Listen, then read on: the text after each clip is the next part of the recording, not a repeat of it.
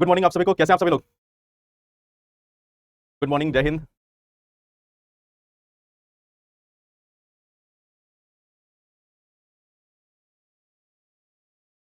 Good morning. I hope आप सभी लोग बिल्कुल ठीक हैं और पढ़ाई भी आपकी अच्छे से चल रही है। मैं भी बिल्कुल ठीक हूँ, थैंक यू। चलिए, तो इसके पहले वाले सेशन में हम लोगों ने जो अलग अलग तरीके की जो बीमारियां हैं इनके बारे में डिस्कस किया था, जिसमें कैंसर से लेकर बाकी बीमारियां हैं उन सभी के बारे में कल पिछले सेशन में हम लोगों ने डिस्कस किया था। इसके साथ साथ दवाएं कैसे काम करती हैं और बाकी क्या चीजें होती हैं इनके बारे में भी हम देखा था। आज से जो टॉपिक हम लोग स्टार्ट कर रहे हैं वो है आपके फिजिक्स का। आज से हम लोग फिजिक्स का यानी कि भौतिकी का जो टॉपिक है इसको स्टार्ट करेंगे। और फिजिक्स के टॉपिक में जो पहले दिन जो टॉपिक्स हमें देखना है उसमें सबसे पहला है जो हमारे आसपास में जो अनेकों बल पाए जाते हैं। जैसे आपने कई बार सुना होगा गुरुत्वाकर्षण बल के बारे में। जो हमारे आसपास में विद्युत चुंबकीय जो बल होता है वो मौजूद होता है। नाभिकीय बल जो है वह मौजूद होता है, या परमाणु बल जो है वह मौजूद होता है। तो ये जो नाभिकीय बल हो गए या परमाणु बल हो गए या फिर जो गुरुत्वाकर्षण बल है, आखिर ये सब बल क्या है और इनसे संबंधित किस तरीके के क्वेश्चन पूछे जा सकते हैं। तो पहले तो हम लोग इनको डिस्कस करेंगे, पहले इसके बारे में चर्चा करेंगे। दूसरा, आज हम लोग फिजिक्स के पहले लेक्चर में ही एक और बहुत ही इंपॉर्टेंट टॉपिक के बारे में बात करेंगे, जहां से लगभग हर साल आपको एक या दो क्वेश्चन कहीं ना कहीं से घुमाकर यूपीएससी पूछती है। तो आज हम लोग फिजिक्स का स्टार्ट करें। बिल्कुल, बायो को हम लोगों ने कंप्लीट किया था, ठीक है। बायो को हम लोगों ने कंप्लीट किया था, तो उसके आगे हम लोग फिर पढ़ रहे हैं, ठीक है। चलिए, अब हम लोग स्टार्ट करते हैं। सबसे पहला जो टॉपिक हम लोग स्टार्ट करते हैं वो है फिजिक्स का। और फिजिक्स में जो हमें सबसे पहले स्टार्ट करना है वो है जो हमारे प्रकृति में अलग अलग प्रकार के जो बल पाए जाते हैं, जो अलग अलग प्रकार के जो बल पाए जाते हैं, जो हमारे प्रकृति में अलग अलग तरीके के जो फोर्स पाए जाते हैं, इनके बारे में, ठीक है।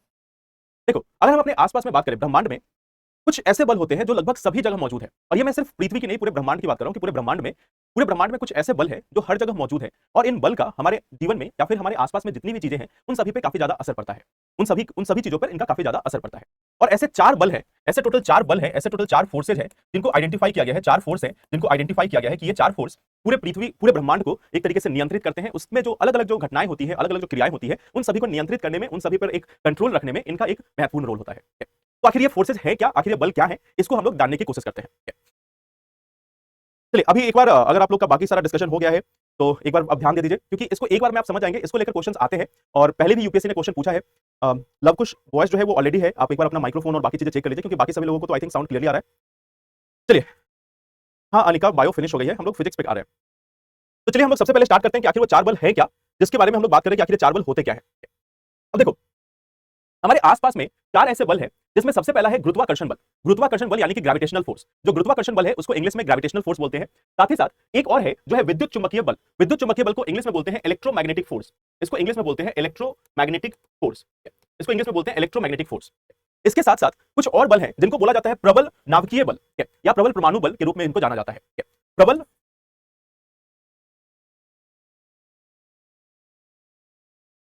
प्रबल नाभिकीय बल,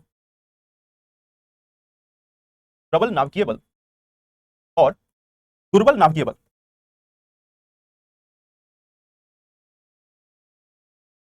और दुर्बल नाभिकीय बल, तो ये दुर्बल नाभिकीय बल का मतलब होता है वीक न्यूक्लियर फोर्स। तो हमारे आसपास में कुछ ऐसे फोर्सेज है। अब इसको थोड़ा ध्यान से समझना। हमारे पूरे ब्रह्मांड में चार ऐसे बल है, चार ऐसे फोर्सेज है जो सभी जगह पाए जाते हैं। पहला है गुरुत्वाकर्षण बल, दूसरा है विद्युत चुंबकीय बल या इलेक्ट्रोमैग्नेटिक फोर्स, तीसरा है प्रबल नाभिकीय बल या प्रबल परमाणु बल, और चौथा है दुर्बल नाभिकीय बल। अब इनका काम क्या होता है इसको हम लोग समझने की कोशिश करते हैं। अब एक चीज समझना, आप अगर इसको एक बार में ध्यान देकर समझोगे तो फिर ये हमेशा के लिए आपको याद हो जाएगा। सबसे पहले बात करते हैं गुरुत्वाकर्षण बल के बारे में। अगर हम लोग गुरुत्वाकर्षण बल के बारे में बात करें, ग्रेविटेशनल फोर्स के बारे में बात करें, गुरुत्वाकर्षण बल या जो ग्रेविटेशनल फोर्स है इसके बारे में अगर हम लोग बात करें कि आखिर ये कहां से आता है और इसका क्या रोल है, तो इसको हम लोग सबसे पहले समझने की कोशिश करते हैं। सबसे पहली बात ये है कि ये जो गुरुत्वाकर्षण बल है ये हमारा आकर्षण का बल होता है। ये जो है वो आकर्षण का बल होता है। ये हमेशा आकर्षण का बल होता है, यानी ये हमेशा अट्रैक्शन फोर्स होता है। ये हमेशा आपको अट्रैक्शन फोर्स होता है। अट्रैक्शन फोर्स मींस अगर मान लो जैसे ये दो अलग अलग वस्तुएं हैं, इन दोनों वस्तुओं के बीच में एक आकर्षण का बल लगेगा, एक अट्रैक्शन का फोर्स लगेगा, और इस अट्रैक्शन के फोर्स को हम बोलते हैं गुरुत्वाकर्षण बल। आकर्षण के बल को बोलते हैं गुरुत्वाकर्षण बल। अब ये बल आया कहां से, ये जो बल है वो आया कहां से। अब इसके बारे में ये बोला जाता है कि हर एक वस्तु जो है उसके अंदर कुछ ना कुछ द्रव्यमान होता है। हर एक वस्तु का कुछ ना कुछ अपना द्रव्यमान होता है, हर एक वस्तु का अपना एक मास होता है। तो ये जो मास है, ये जो द्रव्यमान है, इसके कारण उसके अंदर में गुरुत्वाकर्षण बल जो है वो मौजूद होता है। अब इस चीज को बहुत ही ध्यान से सुनना और समझना कि अगर कोई भी वस्तु है, चाहे वो कितनी भी छोटी हो या कितने कुछ द्रव्यमान है, तो उसका कुछ गुरुत्वाकर्षण बल होगा। भले ही वो शून्य के बराबर हो, नेग्लिजिबल हो, शून्यात्मक हो, लेकिन उसमें बल होगा। तो गुरुत्वाकर्षण बल वह बल है जो किसी भी वस्तु के द्रव्यमान के कारण उसमें मौजूद होता है। किसी भी वस्तु के द्रव्यमान के कारण उसमें जो गुरुत्वाकर्षण का बल या गुरुत्वाकर्षण का बल जो वस्तु उसमें द्रव्यमान है तो उसमें गुरुत्वाकर्षण का जो बल है वो मौजूद होगा। तो यह जो है वो द्रव्यमान के कारण या मास के कारण इसमें प्रेजेंट रहता है। तो ये सबसे बड़ी बात है कि ये जो है वो प्रेजेंट किसके कारण है। ये जो प्रेजेंट है वो है द्रव्यमान के कारण। कि अगर कोई भी वस्तु है उसका कुछ अपना द्रव्यमान होगा, उस द्रव्यमान के कारण इसके अंदर में कहीं ना कहीं एक फोर्स प्रेजेंट होता है, एक बल प्रेजेंट होता है, और उस बल को हम ग्रेविटेशनल फोर्स कहते हैं। अब एक और इससे सबसे महत्वपूर्ण बात जिसको लेकर यूपीएससी ने 2016 में क्वेश्चन पूछा था। 2016 में यूपीएससी ने ऐसे 4 स्टेटमेंट दे दिए कि एक क्वेश्चन पूछा गया कि इनमें से सबसे कमजोर बल कौन सा होता है, और चारों बल के नाम दे दिए गए कि गुरुत्वाकर्षण बल, परमाणु बल, दुर्बल परमाणु बल, प्रबल परमाणु बल और विद्युत चुंबकीय बल। तो इन चारों फोर्सेस का नाम लिख दिया गया और पूछा गया कि इसमें से सबसे कमजोर बल कौन सा होता है, सबसे कमजोर फोर्स कौन सा होता है। तो अगर आपको याद रखना है तो आप इस चीज को हमेशा याद रखना कि यह सबसे कमजोर, यह जो है वह सबसे कमजोर बल होता है। यह जो हमारा गुरुत्वाकर्षण बल है यह सबसे कमजोर बल होता है प्रकृति में। सबसे कमजोर बल किनके बीच में? यह जो 4 मुख्य बल हमने देखे कि गुरुत्वाकर्षण बल, विद्युत चुंबकीय बल, इसके साथ साथ प्रबल नाभिकीय बल और दुर्बल नाभिकीय बल, इन सभी में अगर हम देखें तो सबसे जो कमजोर बल है, सबसे जो कमजोर बल है वह है हमारा गुरुत्वाकर्षण बल। सबसे जो वीकेस्ट फोर्स है, यानी कि वीकेस्ट फोर्स जो है, वीकेस्ट फोर्स जो है वो हमारा गुरुत्वाकर्षण बल है। बट यहां पे एक चीज आपको और याद रखना है, यह जरूर हमारे पूरे ब्रह्मांड का सबसे कमजोर बल है, लेकिन इसी कमजोर बल के कारण हमारा पूरा ब्रह्मांड जो है वह एक दूसरे से जुड़ा हुआ है। जैसे आपने देखा होगा, अपने बचपन से कई बार पढ़ा होगा कि हमारे, अगर हम अपने सोलर सिस्टम की बात करें, हमारी जो ये पूरी सूर्य है और उसके चारों ओर जो ग्रह परिक्रमा करती है, तो सूर्य के चारों ओर हमारे जो ग्रह परिक्रमा करते हैं वो क्यों करते हैं? हमारे जो प्लैनेट्स है वो सन के अराउंड रिवॉल्व क्यों करते हैं, उसके चारों ओर परिक्रमा क्यों करते हैं? परिक्रमा करने का कारण यह है कि सूर्य का जो गुरुत्वाकर्षण बल है वह इन ग्रहों को अपनी ओर खींचता है। सूर्य का जो गुरुत्वाकर्षण बल है वह इन ग्रहों को अपनी ओर खींचता है। ठीक वैसे ही हमारा जो सूर्य है, जब हम आकाश गंगा की बात करते हैं, तो जब हम मिल्की वे गैलेक्सी की बात करते हैं, आकाश गंगा की बात करते हैं, तो आकाश गंगा का एक केंद्र बिंदु होगा और उस आकाश गंगा के केंद्र बिंदु के चारों ओर हमारा सूर्य जो है वह परिक्रमा करता है। हमारी जो आकाश गंगा है उस पूरे ब्रह्मांड के एक केंद्र बिंदु के चारों ओर परिक्रमा करती है। तो ब्रह्मांड में जो भी वस्तुएं हैं, चाहे वो ग्रह हो, तारे हो, नक्षत्र, ग्रह हो, तारे हो, या फिर क्षुद्र ग्रह हो, धूमकेतु हो, ये सभी चीजें, या फिर आकाशगंगा हो, ये सभी चीजें जो है वो कहीं ना कहीं गुरुत्वाकर्षण बल के माध्यम से एक दूसरे से जुड़ी हुई है और एक दूसरे की परिक्रमा कर रही है, या पूरे यूनिवर्स की एक तरीके से परिक्रमा कर रही है, पूरे ब्रह्मांड की एक तरीके से परिक्रमा कर रही है, रिवोल्यूशन कर रही है। तो गुरुत्वाकर्षण बल जो है वह सबसे कमजोर बल जरूर है, बट इतना भी कमजोर नहीं है कि इसका कोई अस्तित्व नहीं। यह इतना मजबूत है कि आप देख सकते हो कि आज के समय में अगर आप पृथ्वी की बात करो, पृथ्वी पे आप कोई भी गेंद ऊपर उछालोगे वो नीचे ही आएगा, कुछ भी सामान को ऊपर फेंकोगे वो नीचे ही आएगा। तो आखिर ये नीचे क्यों आता है? ये नीचे आता है पृथ्वी के गुरुत्वाकर्षण बल के कारण।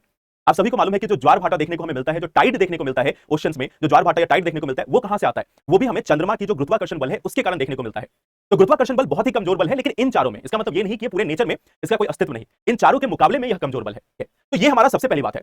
यह जो है वो पूरे ब्रह्मांड के जो 4 मुख्य बल है, जो 4 भौतिक, जो एक तरीके से बोल सकते हो कि मूल जो बल है, उन 4 बलों के बीच में सबसे कमजोर बल जो है वो ग्रेविटेशनल है या गुरुत्वाकर्षण बल है। अब यहां पर एक चीज समझना, गुरुत्वाकर्षण बल के कारण क्या क्या होता है, आखिर इस गुरुत्वाकर्षण बल के कारण हमें क्या क्या देखने को मिलता है। अब इसमें सिंपली सोचकर देखो, हमारे आसपास में हम देखते हैं कि जो ग्रह हैं वो तारों की परिक्रमा करते हैं, जो ग्रह हैं वो तारों की परिक्रमा करते हैं, ग्रह जो है वो तारों की परिक्रमा करते हैं। इसके साथ साथ हम देखते हैं कि जो तारे हैं वो हमारे कहीं ना कहीं जो आकाशगंगा है उसकी परिक्रमा करते हैं। तो ये सभी चीजें कहां से होती है? दूसरी चीज आप देख सकते हो कि हमारा जो वातावरण है, हमारा जो वातावरण है उसमें जो गैस है, वातावरण में जो गैस है वह कैसे मौजूद है? आप सभी को मालूम है कि पृथ्वी के वातावरण में गैस मौजूद है, जो ऑक्सीजन हो गया, कार्बन डाइऑक्साइड हो गया, मीथेन हो गया। तो इन सभी गैसेस को बांध कर रखने का काम कौन करता है? इन सभी गैसेस को बांध कर रखने का काम कौन करता है? तो यह भी गुरुत्वाकर्षण बल के कारण होता है। इसके साथ साथ जो ज्वार भाटा उठती है, तो एक तरीके से आपको ज्वार भाटा जो देखने को मिलती है, यह ज्वार भाटा कहां से आती है? यह जो ज्वार भाटा हमें देखने को मिलता है, ज्वार भाटा या टाइड जो देखने को मिलता है वह कहां से देखने को मिलता है? वह भी हमें इसी के कारण देखने को मिलता है। वह भी हमें इसी के कारण देखने को मिलता है कि कहीं ना कहीं पृथ्वी का जो गुरुत्वाकर्षण बल है इसके कारण यहां पर इन सभी चीजों के कारण हमें गुरुत्वाकर्षण बल का ही एक परिणाम देखने को मिलता है। अब एक में यहां पे एक और चीज समझना, जब हम गुरुत्वाकर्षण बल की बात करते हैं तो गुरुत्वाकर्षण बल का, चलिए आप सभी से एक सवाल है, मान लेते हैं कि कोई भी वस्तु, मान लेते हैं जैसे ये एक वस्तु है, में गुरुत्वाकर्षण बल लगेगा। क्यों लगेगा? क्योंकि इस वस्तु का कुछ ना कुछ द्रव्यमान है, इस वस्तु का कुछ ना कुछ द्रव्यमान, इस पे गुरुत्वाकर्षण बल लगेगा। बट अब एक चीज और देखना, इस पूरे कमरे में जो लाइट है वह मौजूद है, इस पूरे कमरे में लाइट मौजूद है। तो आप मुझे एक चीज बताओ, क्या लाइट जो कि एक ऊर्जा का स्रोत है, जो रोशनी जो हमें मिल रही है, या जो तरंगे हैं, या ऊर्जा का एक स्रोत, तो इस लाइट पर गुरुत्वाकर्षण बल का कोई असर पड़ेगा? ये जो प्रकाश की जो किरणें हैं, क्या इनके ऊपर गुरुत्वाकर्षण बल का कोई प्रभाव देखने को हमें मिलेगा या नहीं मिलेगा?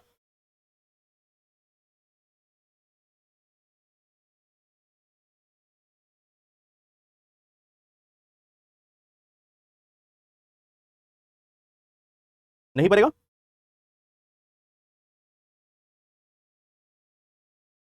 अब देखो, हम सभी ने स्टार्टिंग से क्या पढ़ा है कि लाइट जो है वो हमेशा स्ट्रेट लाइन में चलती है।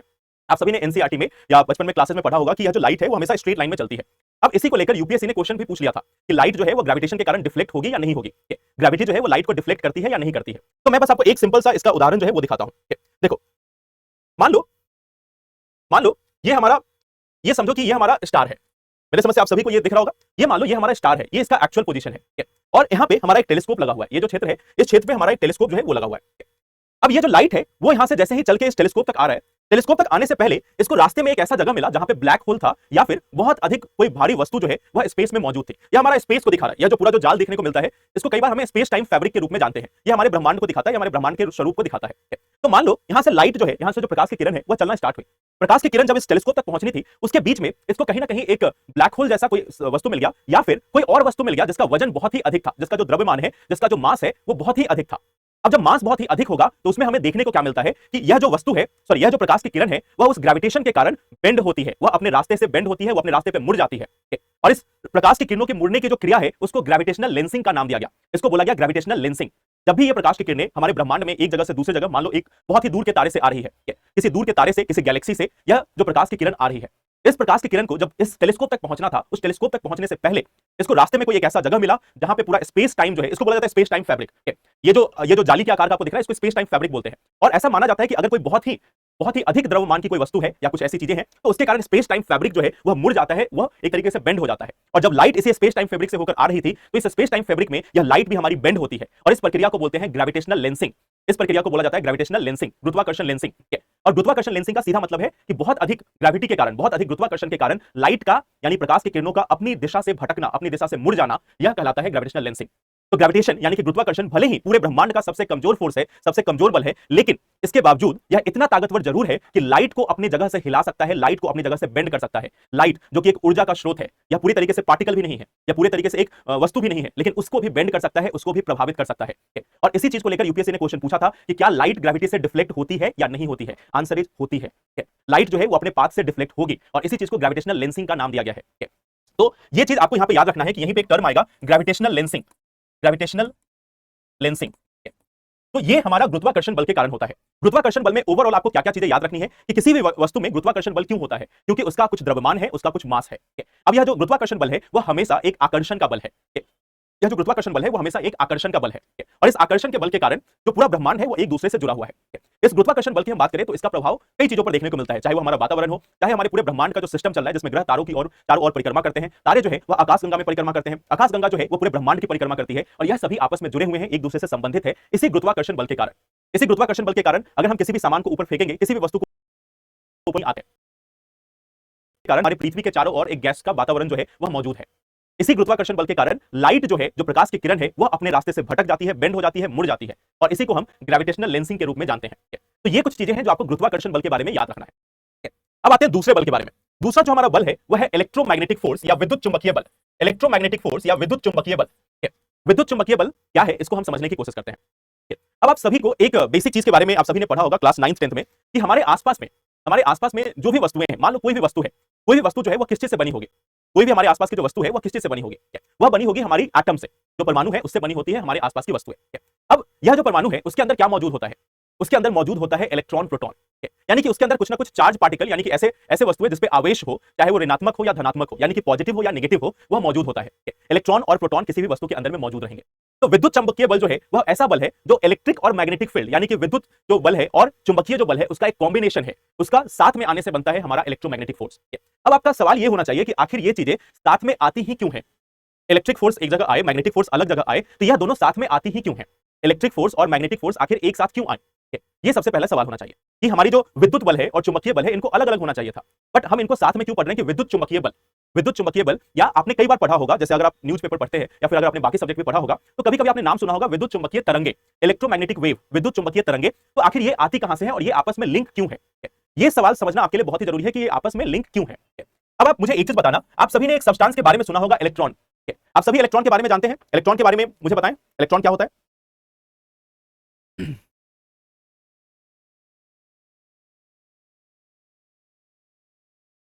इलेक्ट्रॉन्स क्या होता है बताएं। इलेक्ट्रॉन्स पे नेगेटिव होता है चार्ज या पॉजिटिव, ऋणात्मक होगा या धनात्मक। चलिए देवज्योति, मैं धीरे धीरे थोड़ा बोलूंगा, चलिए कोई बात नहीं, मैं धीरे धीरे बोलूंगा। नेगेटिव चार्ज, ठीक है। चलिए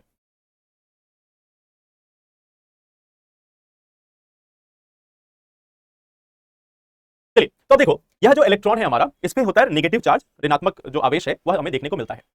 अब आप सभी जानते हैं कि एक होता है पॉजिटिव यानी कि धनात्मक, एक होता है नेगेटिव। पॉजिटिव और नेगेटिव के बीच में अट्रैक्शन होता है, ये सभी आपने बचपन में पढ़ा होगा। वहीं पे अगर पॉजिटिव पॉजिटिव है तो उसके बीच में रिपल्सन होगा, यह दोनों एक दूसरे को दूर भेजने की कोशिश करेगा, एक दूसरे को अलग करने की कोशिश करेगा। पॉजिटिव नेगेटिव एक दूसरे को अट्रैक्ट करेगा, आकर्षित करेगा। नेगेटिव नेगेटिव भी एक दूसरे को दूर भगाने की कोशिश करेगा, हटाने की कोशिश करेगा।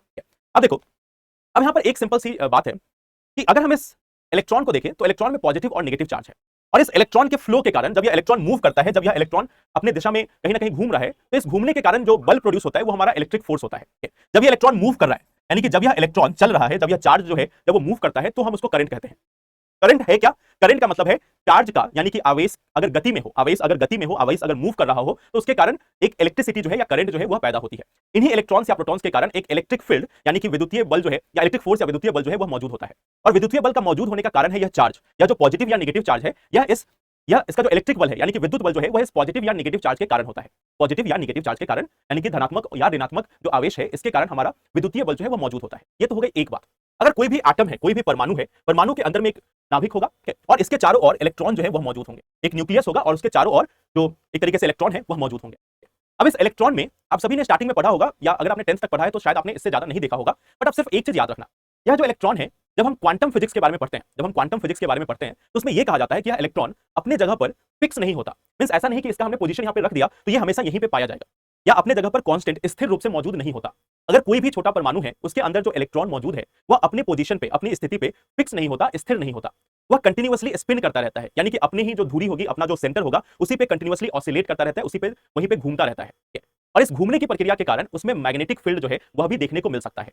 मैग्नेटिक फील्ड यानी कि चुंबकीय बल जो है वह इलेक्ट्रॉन के स्पिन के कारण, अपनी धुरी पर जब वो परिक्रमा करते हैं, अपनी धुरी पर जब वो घूमते रहते हैं, तो उस परिक्रमा के कारण मैग्नेटिक फील्ड जो है वह देखने को मिल सकता है। अब आप ये सोचोगे कि अगर ऐसा होता तो सभी जो हमारे पास अलग अलग जो वस्तुएं हैं उन सभी में चुंबकीय बल होना चाहिए था, सभी में चुंबकीय बल होना चाहिए था, लेकिन सभी में हमें चुंबकीय बल देखने को नहीं मिलता। कोई भी वस्तु है, मान लेते हैं कि जैसे ये एक वस्तु है, इस वस्तु में परमाणु होगा, उस परमाणु के अंदर में इलेक्ट्रॉन होगा। यह इलेक्ट्रॉन जो है वो अपने धुरी पे थोड़ा बहुत घूम रहा होगा, स्पिन कर रहा होगा, और उस स्पिन के कारण मैग्नेटिक फील्ड पैदा होता है। लेकिन हम देखते हैं कि अगर ये सब्सटेंस है, ये पदार्थ है, ये वस्तु है, इसका कोई मैग्नेटिक इफेक्ट या चुंबकीय बल तो हमें देखने को मिलता नहीं। तो आखिर ऐसा क्यों है? ऐसा इसलिए है कि इसके अंदर जितने भी इलेक्ट्रॉन होंगे उनका जो चुंबकीय बल है एक दूसरे को कैंसिल कर देता है, एक दूसरे को खत्म कर देता है। इनका जो चुंबकीय बल है वो अलग अलग दिशा में होता है, इसलिए जो नेट फोर्स है, यानी कि जो अंतिम जो रिजल्ट है वह शून्य के बराबर होता है। सिर्फ तीन ऐसी वस्तुएं हैं जिसमें यह चुंबकीय बल हमें देखने को मिल पाता है, और वह तीन वस्तुएं हैं आयरन, कोबाल्ट और निकल। आयरन, कोबाल्ट और निकल, इन तीन को छोड़कर बाकी सभी में यह चुंबकीय बल देखने को नहीं मिलता। क्यों? क्योंकि उनके जो इलेक्ट्रॉन्स है वह एक दूसरे के चुंबकीय बल या चुंबकीय प्रभाव को खत्म कर देते हैं। इलेक्ट्रॉन्स का जो चुंबकीय प्रभाव है वह आपस में खत्म हो जाता है। लेकिन जब यही इलेक्ट्रॉन जब मूव करना स्टार्ट करते हैं, यानी कि जब यह गति में आते हैं, यही जो इलेक्ट्रॉन है यह जब गति में आते हैं, तब इनके कारण जो स्पिन है उसके कारण इलेक्ट्रिक के साथ साथ, यानी कि विद्युतीय बल के साथ साथ एक चुंबकीय बल भी विकसित होता है। यानी कि जब भी आप अपने घरों में मान लो आपने इलेक्ट्रिसिटी ऑन की, तो जिस समय आप ऑन करोगे, जैसे ही आप इलेक्ट्रिसिटी को ऑन करोगे, कोई स्विच ऑन करोगे, वहां पे आप कुछ मैग्नेट का सब्सटेंस रख के देखना, वह उस बिजली के तार की तरफ अट्रैक्ट होगा। इसका कारण क्या है कि जब पहली बार वहां से बिजली दौड़ रही थी तो उसमें आया एक मैग्नेटिक फील्ड। उसमें पहले आएगा विद्युतीय बल और साथ ही साथ एक मैग्नेटिक फील्ड जो है, यानी एक चुंबकीय बल जो है वह भी आता है। लेकिन जैसे ही यह इलेक्ट्रॉन मोशन में आया, जैसे ही इलेक्ट्रॉन गति में आया, अब इसका स्पिन फिर से एक्टिव हो गया, और उस एक्टिव होने के कारण इसमें चुंबकीय बल जनरेट हो जाता है। तो इसलिए जब करंट होगा तो मैग्नेटिक फील्ड भी होगा, या फिर जब मैग्नेटिक फील्ड होगा तो उसके कारण करंट भी जनरेट हो सकता है। आप सभी ने देखा होगा हमारे घर के आसपास में दो चीजें पाई जाती हैं, एक होता है जनरेटर, एक होता है मोटर। मोटर और जनरेटर हमारे घर के आसपास में पाया जाता है। मोटर वो होता है जिसमें विद्युतीय बल का इस्तेमाल करके, यानी कि इलेक्ट्रिक फोर्स का इस्तेमाल करके उसको नचाया जाता है, जो उसकी जो चक्री होगी उसको नचाया जाएगा और उससे पानी होगा। यहाँ पे विद्युत बल से चुंबकीय बल को जनरेट किया जाता है। वहीं पे दूसरी तरफ आपने देखा होगा कि जनरेटर में, आपने अगर क्लास 10th में पढ़ा होगा तो आपको एक कॉन्सेप्ट पढ़ना होगा जनरेटर का। तो जनरेटर में जस्ट उल्टा होता है, एक चुंबकीय जो फील्ड है उसमें अगर हम किसी चुंबक को बार बार घुमा रहे हैं, कंडक्टर को बार बार घुमा रहे हैं, तो उसमें इलेक्ट्रिसिटी आती है और इसी पे हमारा जनरेटर बनता है। तो आपको याद क्या रखना है, बहुत ज्यादा डिटेल में नहीं जाना, आपको बस ये याद रखना है कि विद्युतीय बल और चुंबकीय बल साथ में एग्जिस्ट करते हैं, साथ में मौजूद होते हैं, और इनके साथ में मौजूद होने की एक वजह है, और वह वजह है इलेक्ट्रॉन। जब यह इलेक्ट्रॉन गति कर रहा होता है, जब यह इलेक्ट्रॉन मूव कर रहा होता है, तो इसके कारण विद्युतीय बल आता है, और जब यह इलेक्ट्रॉन अपने एक्सिस पे स्पिन कर रहा होता है तो उसके रिजल्ट के कारण मैग्नेटिक फील्ड आता है, यानी कि चुंबकीय बल आता है। तो इसलिए यह इलेक्ट्रोमैग्नेटिक फोर्स एग्जिस्ट करता है due to spin and movement of electrons, यानी कि इलेक्ट्रॉन की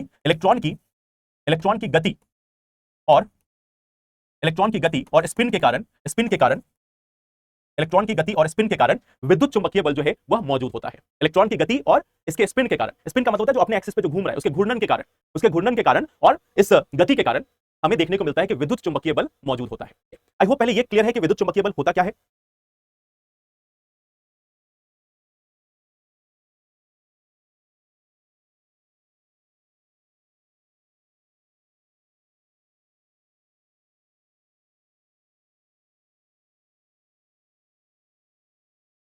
चलिए, तो अब आते हैं इसके आगे।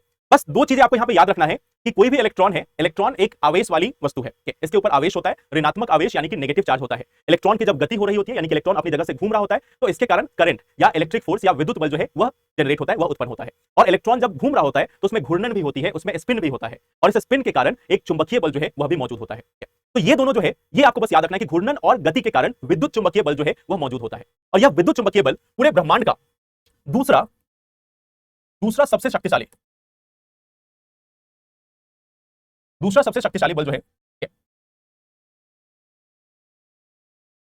दूसरा सबसे शक्तिशाली बल जो है वह हमें देखने को मिलता है इस गुरुत्वाकर्षण बल में। यह पूरे ब्रह्मांड का दूसरा सबसे शक्तिशाली बल है हमारा इलेक्ट्रोमैग्नेटिक फोर्स। अब इसका इस्तेमाल क्या है यह समझना। अब इसका एक सबसे बड़ा इस्तेमाल जो आज के समय में हमें देखने को मिलता है, एक ट्रेन है जिसका नाम है मैगलेव ट्रेन। मैगलेव ट्रेन यह पूरे ब्रह्मांड का दूसरा सबसे शक्तिशाली बल है। पहला नहीं, पहला कौन सा है उस पर हम आएंगे, बट यह दूसरा सबसे शक्तिशाली बल है। अब एक चीज याद रखना, एक होती है मैगलेव ट्रेन। मैगलेव ट्रेन कैसे काम करती है कि मान लो ये पटरी है, इस पटरी पे ट्रेन जो है वह चलना स्टार्ट की। ट्रेन जैसे ही थोड़ी गति में आएगी, अब उसमें मैग्नेटिक फील्ड लगाया जाएगा। मैग्नेटिक फील्ड यानी कि चुंबकीय बल जो है वह लगाया जाएगा। अब इसमें पॉजिटिव नेगेटिव दोनों होता है, यानी कि अट्रैक्ट भी कर सकता है और उसके साथ साथ इसको रिपेल भी कर सकता है, यानी अपनी तरफ आकर्षित भी कर सकता है, अपनी तरफ दूर भी कर सकता है। तो अब इसमें कैसे फोर्स लगाया जाता है इसको समझते हैं कि ट्रेन ने इस पटरी पे चलना स्टार्ट किया, पूरी गति उसमें आ गई, थोड़ी स्पीड आ गई, उसके बाद अब लगा दिया जाता है इसमें विद्युत चुंबकीय बल। और विद्युत चुंबकीय बल के माध्यम से, इलेक्ट्रोमैग्नेटिक फोर्स के माध्यम से यह जो ट्रेन है वह पटरी से उठकर चलने लगती है। यह जो ट्रेन है कि मान लो ये पटरी है, इस पटरी पे पहले ट्रेन बिल्कुल इस पे दौड़ रही थी, और जैसे ही इलेक्ट्रोमैग्नेटिक फोर्स लगा, अब यह ट्रेन जो है इस पटरी से उठ जाएगी, और बिना पटरी पे उसकी जो पहिए हैं वह इस पटरी पे नहीं होंगे, पहिए जो है वो पटरी से ऊपर होंगी, और उस पटरी के ऊपर यह ट्रेन दौड़ रही है बिना पटरी से कोई कॉन्टैक्ट किए हुए। अब सोचो, पटरी पे चलेगी तो क्या होता है, घर्षण बल लगता है। घर्षण बल जो है यानी कि फ्रिक्शनल फोर्स जो है वो तब लगता है जब आप किसी सरफेस पे हो। अगर सरफेस से ऊपर चले गए तो उस पे कोई घर्षण का बल काम नहीं करेगा। तो अब क्या है, यह ट्रेन सुपर फास्ट स्पीड से चलेगी, यह जो ट्रेन है वो सुपर फास्ट स्पीड से चलेगी, और यही देखा जाता है मैगलेव ट्रेन में। जो विद्युत चुंबक होते हैं, इलेक्ट्रोमैग्नेट होते हैं, उनको भी इन्हीं के माध्यम से बनाया जाता है। मैगलेव ट्रेन भी इसी के माध्यम से बनाया जाता है। यह जो विद्युत चुंबकीय बल है, इसका आज के समय में कई जगह इस्तेमाल किया जाता है। जैसे आप रेडियो ट्रांजिस्टर से लेकर बाकी सभी जगहों में हम इस विद्युत चुंबकीय बल का इस्तेमाल करते हैं। तो हमारे लिए सबसे उपयोगी जो बल है, हमारे लिए जो सबसे उपयोगी बल है, जिसका हम अपने इंडस्ट्री में, जिसका हम अपने उद्योगों में इस्तेमाल करते हैं, वो है विद्युत चुंबकीय बल। तो ये पटरी पे दौड़ रही थी और पटरी से ऊपर उठ के चलने लगी। तो ये हमारी होती है इलेक्ट्रोमैग्नेटिक फोर्स की शक्ति, इसकी ताकत। क्यों, मैग्नेटिक फोर्स लगा के, चुंबकीय बल लगा के ट्रेन को उठा दिया गया, और ट्रेन बिना पटरी पे चल रही है, तो कोई घर्षण का बल जो है वो काम नहीं करेगा, कोई फ्रिक्शनल फोर्स जो है वह काम नहीं करेगा। अब इसके कारण क्या होगा, ट्रेन पे कोई रोक नहीं है, वो बिल्कुल आराम से एक दिशा में चलती रहेगी सुपर फास्ट स्पीड से। तो ये जो है ये हमारा विद्युत चुंबकीय बल के कारण होता है। अब इसमें हमारा तीसरा जो बल है, तीसरा और चौथा बल, जिसको हम नाभिकीय बल कहते हैं, एक है हमारा प्रबल नाभिकीय बल और दुर्बल नाभिकीय बल। यानी कि स्ट्रॉन्ग न्यूक्लियर फोर्स और weak nuclear force, strong nuclear force और वीक न्यूक्लियर फोर्स। अब ये क्या है, इसको समझने की कोशिश करते हैं। अब देखना, आप सभी को मालूम है कि हमारे पास एक एटम होता है, एटम परमाणु जो होता है उसके अंदर एक मौजूद होता है नाभिक, जिसको हम बोलते हैं न्यूक्लियस। यह जो है वो हमारा इसका नाभिक हुआ, यह जो है इसका नाभिक हुआ। अब हम इस नाभिक की बात करें, न्यूक्लियस की बात करें, तो न्यूक्लियस के अंदर में दो चीजें मौजूद होती है, एक का नाम होता है प्रोटॉन और दूसरे का नाम होता है न्यूट्रॉन। एक का नाम होता है प्रोटॉन और एक का नाम होता है न्यूट्रॉन। अब आप एक चीज को याद रखना, अगर आपने क्लास 9th और 10th में थोड़ा बहुत केमिस्ट्री पढ़ा है, तो आप सभी ने उसमें पढ़ा होगा कि हर एक जो एटम है उसका कुछ द्रव्यमान होता है। हर एक जो एटम है, हर एक जो परमाणु है, उसका कुछ द्रव्यमान, उसका कुछ मास होता है। यानी हमारा जो एटम है, हमारा जो परमाणु है, इस परमाणु का कुछ ना कुछ मास होगा, इसका कुछ ना कुछ द्रव्यमान जो है वह होता है। एटम का अपना मास होता है। अब यह जो मास है वह किसके कारण होता है? यह जो मास है वो इलेक्ट्रॉन के कारण नहीं होता। यह जो मास है वह मौजूद होता है न्यूक्लियस के कारण। यह जो मास है वह न्यूक्लियस के कारण आता है। यानी इनफैक्ट हमारे आसपास में जो भी अलग अलग जो वस्तुएं बनती हैं, उनमें जो मास है, उनमें जो द्रव्यमान है, वह कहीं ना कहीं न्यूक्लियस के कारण आता है। अब एक चीज याद रखना, आपने ये सोचा है कि जो प्रोटॉन है और इलेक्ट्रॉन है, थोड़ा सोचना इस बारे में कि प्रोटॉन और इलेक्ट्रॉन की जब हम बात करते हैं, प्रोटॉन और इलेक्ट्रॉन, तो ये दोनों आपस में क्यों जुड़े होते हैं? ये दोनों आपस में क्यों जुड़े होते हैं? ये दोनों आपस में जुड़े होते हैं क्योंकि इनके बीच में पॉजिटिव और नेगेटिव चार्ज जो है वो मौजूद है। आपस में पॉजिटिव और नेगेटिव चार्ज मौजूद। लेकिन कभी आपने ये सोचा है कि ये जो प्रोटॉन है यह किस चीज से बना हुआ है, या ये जो न्यूट्रॉन है वह किस चीज से बना हुआ है? जैसे हम लोग सबसे पहले तो ये पढ़ते हैं कि किसी परमाणु के अंदर में तीन चीजें, प्रोटॉन, इलेक्ट्रॉन, न्यूट्रॉन। लेकिन आखिर यह प्रोटॉन बना कैसे है? यह प्रोटॉन बना कैसे है? तो जब केमिस्ट्री में और खोज की गई और चीजों को मालूम किया गया, तो एक नाम निकल के आया और उसका नाम था क्वार्क। उस वस्तु का नाम था क्वार्क। एक वस्तु निकल कर आई सामने, एक सब एटॉमिक पार्टिकल निकल के आया सामने, और उस वस्तु का नाम रखा गया क्वार्क। क्वार्क नाम से एक वस्तु आई। अब यह जो क्वार्क है, बोला गया कि इसी क्वार्क के कारण न्यूट्रॉन भी बनता है, इसी क्वार्क के कारण प्रोटॉन भी बनता है, इसी क्वार्क के कारण न्यूट्रॉन भी बनता है, इसी क्वार्क के कारण प्रोटॉन भी बनता है। अगर आप ये समझ जाओगे तो आपको स्ट्रॉन्ग और वीक दोनों एक ही बार में समझ में आ जाएगा। एक बार मैं फिर से आपको बता रहा हूं, हमारे पास कोई भी एटम है, कोई भी हमारे पास एटम है, एटम के अंदर में हमारे पास इलेक्ट्रॉन मौजूद होते हैं। इलेक्ट्रॉन के साथ साथ अंदर में प्रोटॉन और न्यूट्रॉन यह मौजूद होता है। प्रोटॉन पे मौजूद होता है पॉजिटिव चार्ज यानी कि धनात्मक आवेश, और न्यूट्रॉन जो है वो न्यूट्रल होता है, यस इस पे कोई भी चार्ज कोई भी आवेश नहीं होता है, ये जो है न्यूट्रल होता है। अब हम अगर इसकी बात करें कि प्रोटॉन और न्यूट्रॉन आखिर बना कैसे, आया कैसे, तो इसके बारे में बोला गया कि एक और बहुत ही छोटे कण होते हैं और उन कण का नाम दिया गया क्वार्क। जैसे इनका नाम प्रोटॉन और न्यूट्रॉन है, ठीक वैसे ही इसका नाम दिया गया क्वार्क। और क्वार्क में बोला गया कि क्वार्क जो है वो एक तरीके का नहीं होता। क्वार्क जो है वो 6 अलग अलग ओरिएंटेशन के होते हैं, 6 अलग अलग तरीके के होते हैं। और वो क्या क्या तरीके के होते हैं, इसमें बोला गया कि क्वार्क के 6 तरीके हैं, up, down, bottom, top, charm, strange. अभी आपको याद नहीं रखना है, बस मैं आपको समझने के लिए बता रहा हूं। क्वार्क जो है वो 6 अलग अलग तरीकों के होते हैं, 6 अलग अलग प्रकार के होते हैं। उनके ओरिएंटेशन के अनुसार वो किस तरीके से मौजूद है उसके अनुसार उनको 6 कैटेगरी में, 6 हिस्सों में उनको वर्गीकृत किया गया है। और उसका नाम ऐसा नहीं कि कुछ खास दिया गया कि क्वार्क 1 या बी, उनको सीधे बोला गया up, down, top, bottom, charm, strange. तो ये 6 अलग अलग वर्गीकृत किया गया क्वार्क को। और बोला गया कि मान लेते हैं अगर ये प्रोटॉन है तो प्रोटॉन किस चीज से बना है। मान लो क्वार्क जो है इसमें अप है तो इसको हमने इससे दिखा दिया, ये मान लो हमने दिखा दिया अप, और इसको हमने दिखा दिया कि ये है डाउन। क्वार्क के 2 अलग अलग प्रकार लिए हमने, अप और डाउन। अप को हमने इस एरो से दिखाया, डाउन को हमने इस एरो से दिखाया। तो प्रोटॉन के बारे में बोला गया कि प्रोटॉन जो है वो 3 क्वार्क से मिलकर बना होता है। प्रोटॉन जो है वो 3 क्वार्क से मिलकर बना होता है, 3 क्वार्क से मिलकर बना हुआ होता है। और इन क्वार्क का कैटेगरी क्या है कि 2 अप और 1 डाउन, 2 अप और 1 डाउन, अगर ऐसे क्वार्क मिलते हैं तो हमें प्रोटॉन बनकर दिखाई देता है। दूसरा, न्यूट्रॉन के बारे में बोला गया कि यह भी 3 क्वार्क से बना हुआ है, बस इसमें 2 डाउन होते हैं और 1 अप होता है। यानी कि 2 डाउन वाले क्वार्क और 1 अप वाला क्वार्क, यह मिलकर हमारा बनाता है न्यूट्रॉन। एक बार मैं फिर से रिपीट कर रहा हूं, ध्यान देना। क्वार्क नाम की एक वस्तु खोजी गई और बोला गया कि यह जो प्रोटॉन और न्यूट्रॉन बनता है वह क्वार्क से बनता है। क्वार्क के बारे में बोला गया कि क्वार्क के अलग अलग फ्लेवर होते हैं, अलग अलग टाइप होते हैं, जिसमें बोला गया कि up, down, bottom, top, charm, strange, ये अलग अलग वर्गीकृत किया गया। अब इसमें बोला गया कि यह जो प्रोटॉन है वह 2 अप क्वार्क और 1 डाउन क्वार्क से मिलकर बना है, और वहीं पे जो हमारा न्यूट्रॉन है वह 2 डाउन क्वार्क और 1 अप क्वार्क से मिलकर बना है। यानी कि ये 2 डाउन क्वार्क और 1 अप क्वार्क से मिलकर बना है। तो ये बोला गया प्रोटॉन और न्यूट्रॉन के बारे में। अब सवाल ये आया कि मान लो ये हमारा प्रोटॉन है, प्रोटॉन में हमने देखा 2 अप और 1 डाउन, और न्यूट्रॉन में हमने देखा 2 डाउन और 1 अप, ये बना हुआ है। तो आखिर ये 3 जो है वो साथ में क्यों आए, या क्या इनके बीच में कौन सा बल काम करता है, कौन सा बल जो है वह इनके बीच में काम करता है जो इनको बांध के रखता है। इलेक्ट्रॉन और प्रोटॉन के बारे में हम जानते हैं कि इलेक्ट्रॉन पे होता है ऋणात्मक आवेश, प्रोटॉन पे होता है धनात्मक आवेश, और अगर पॉजिटिव और नेगेटिव है तो उनके बीच में होगा अट्रैक्शन, उनके बीच में आकर्षण होता है, और उस आकर्षण बल के कारण प्रोटॉन और इलेक्ट्रॉन साथ में रहते हैं। लेकिन प्रोटॉन बना हुआ है क्वार्क से, और ये अलग अलग तरीके के 3 क्वार्क आपस में कैसे जुड़े, इनके पीछे का कौन सा बल जिम्मेदार है, और इस बल को जो इन क्वार्क को बांध कर रखता है, चाहे वो प्रोटॉन में हो या न्यूट्रॉन में हो, जो बल, जो फोर्स इन क्वार्क को आपस में बांध कर रखता है, उस फोर्स को कहा गया कि यह जो है वह प्रबल, यह जो है वह प्रबल नाभिकीय, यह जो है वो प्रबल नाभिकीय बल है। यह जो है वह स्ट्रॉन्ग न्यूक्लियर फोर्स, यह जो है वो स्ट्रॉन्ग न्यूक्लियर फोर्स या प्रबल नाभिकीय बल है। यानी प्रबल नाभिकीय बल का मतलब है कि 3 क्वार्क को आपस में बांध कर रखने वाला जो फोर्स है, 3 क्वार्क को साथ में लाने वाला जो फोर्स है, जो बल है, उसे हम प्रबल नाभिकीय बल या स्ट्रॉन्ग न्यूक्लियर फोर्स के रूप में जानते हैं। अब इसका मतलब समझना कि क्या है। हमारे ब्रह्मांड में जो भी वस्तुएं हैं, हमारे ब्रह्मांड में जो भी वस्तुएं हैं, चाहे आप इस प्लास्टिक के बोतल को देखो, इस कलम को देखो, जो मानव शरीर है वह भी एटम से बना है, वह भी परमाणु से बना है। सेल्स के अंदर भी परमाणु होते हैं, जो कोशिकाएं हैं उसके अंदर भी परमाणु होता है। बेसिकली आपके आसपास में जो भी चीजें हैं, चाहे वो हवा हो, चाहे वो मिट्टी हो, चाहे वो घर हो, हर एक चीज जिसको आप देख पा रहे हो, कुछ ऐसी भी चीजें जिसको आप नहीं देख पा रहे हो, जो भी वस्तु है, जो भी मैटर है, जो भी पदार्थ है जिसको आप फील कर पा रहे हो या नहीं, मान लेते हवा है उसको आप बस महसूस कर पा रहे हो, ये सभी पदार्थ सिर्फ इसलिए संभव है कर रहे क्योंकि दुनिया में, इस ब्रह्मांड में एक फोर्स है, और उस फोर्स का नाम है प्रबल नाभिकीय बल। अगर यह प्रबल नाभिकीय बल ना हो तो प्रोटॉन न्यूट्रॉन नहीं बनेगा, और अगर प्रोटॉन और न्यूट्रॉन नहीं बना तो एटम नहीं बनेगा, और अगर एटम नहीं है तो हमारे आसपास में मौजूद जो भी पदार्थ है वह मौजूद नहीं होगा। यह दुनिया का सबसे शक्तिशाली, मोस्ट पावरफुल, यह जो है वह मोस्ट पावरफुल, सबसे शक्तिशाली बल जो है वह यही होता है पूरे ब्रह्मांड में। पूरे ब्रह्मांड का सबसे शक्तिशाली जो बल है वह है प्रबल नाभिकीय बल, जो कि 3 क्वार्क को आपस में बांधकर एक प्रोटॉन को बनाने की कोशिश करता है या एक प्रोटॉन को बनाता है। तो प्रोटॉन को बांधने वाला जो बल है, इन क्वार्क के बीच में लगने वाला जो बल है, वह है हमारा प्रबल नाभिकीय बल। तो यह प्रोटॉन और न्यूट्रॉन को बनाने की कोशिश करता है। प्रोटॉन और न्यूट्रॉन, प्रोटॉन और न्यूट्रॉन को बनाता है, प्रोटॉन और न्यूट्रॉन को बनाता है। तो हमारे आसपास में जो भी प्रोटॉन, न्यूट्रॉन या एटम पदार्थ जो भी हैं, वह सिर्फ इसी के कारण है। क्वार्क को बांध कर रखने का काम जो फोर्स करता है वह है प्रबल नाभिकीय। आई होप ये क्लियर है।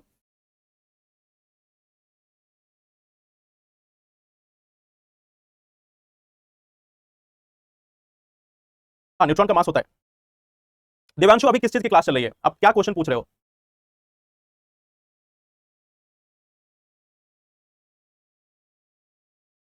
चलिए, इलेक्ट्रॉन जो है वो फिर बाकी सब्सटेंसेस से बनता है, जैसे फर्मियोन्स और बाकी से बनता है। ये जो क्वार्क 2 अप, और इसको क्वार्क बोला जाता है, ये क्वार्क के अलग अलग प्रकार हैं जिनको डाउन, टॉप, बॉटम या चार्म, स्ट्रेंज कहा जाता है। चलिए, अब इसके बाद आता है दूसरा, ये हमने देखा प्रोटॉन और न्यूट्रॉन। प्रोटॉन और न्यूट्रॉन में हमने देखा कि प्रोटॉन ऐसे बना हुआ है और न्यूट्रॉन जो है वो बना हुआ है दो डाउन और एक अप से, यही हमने देखा।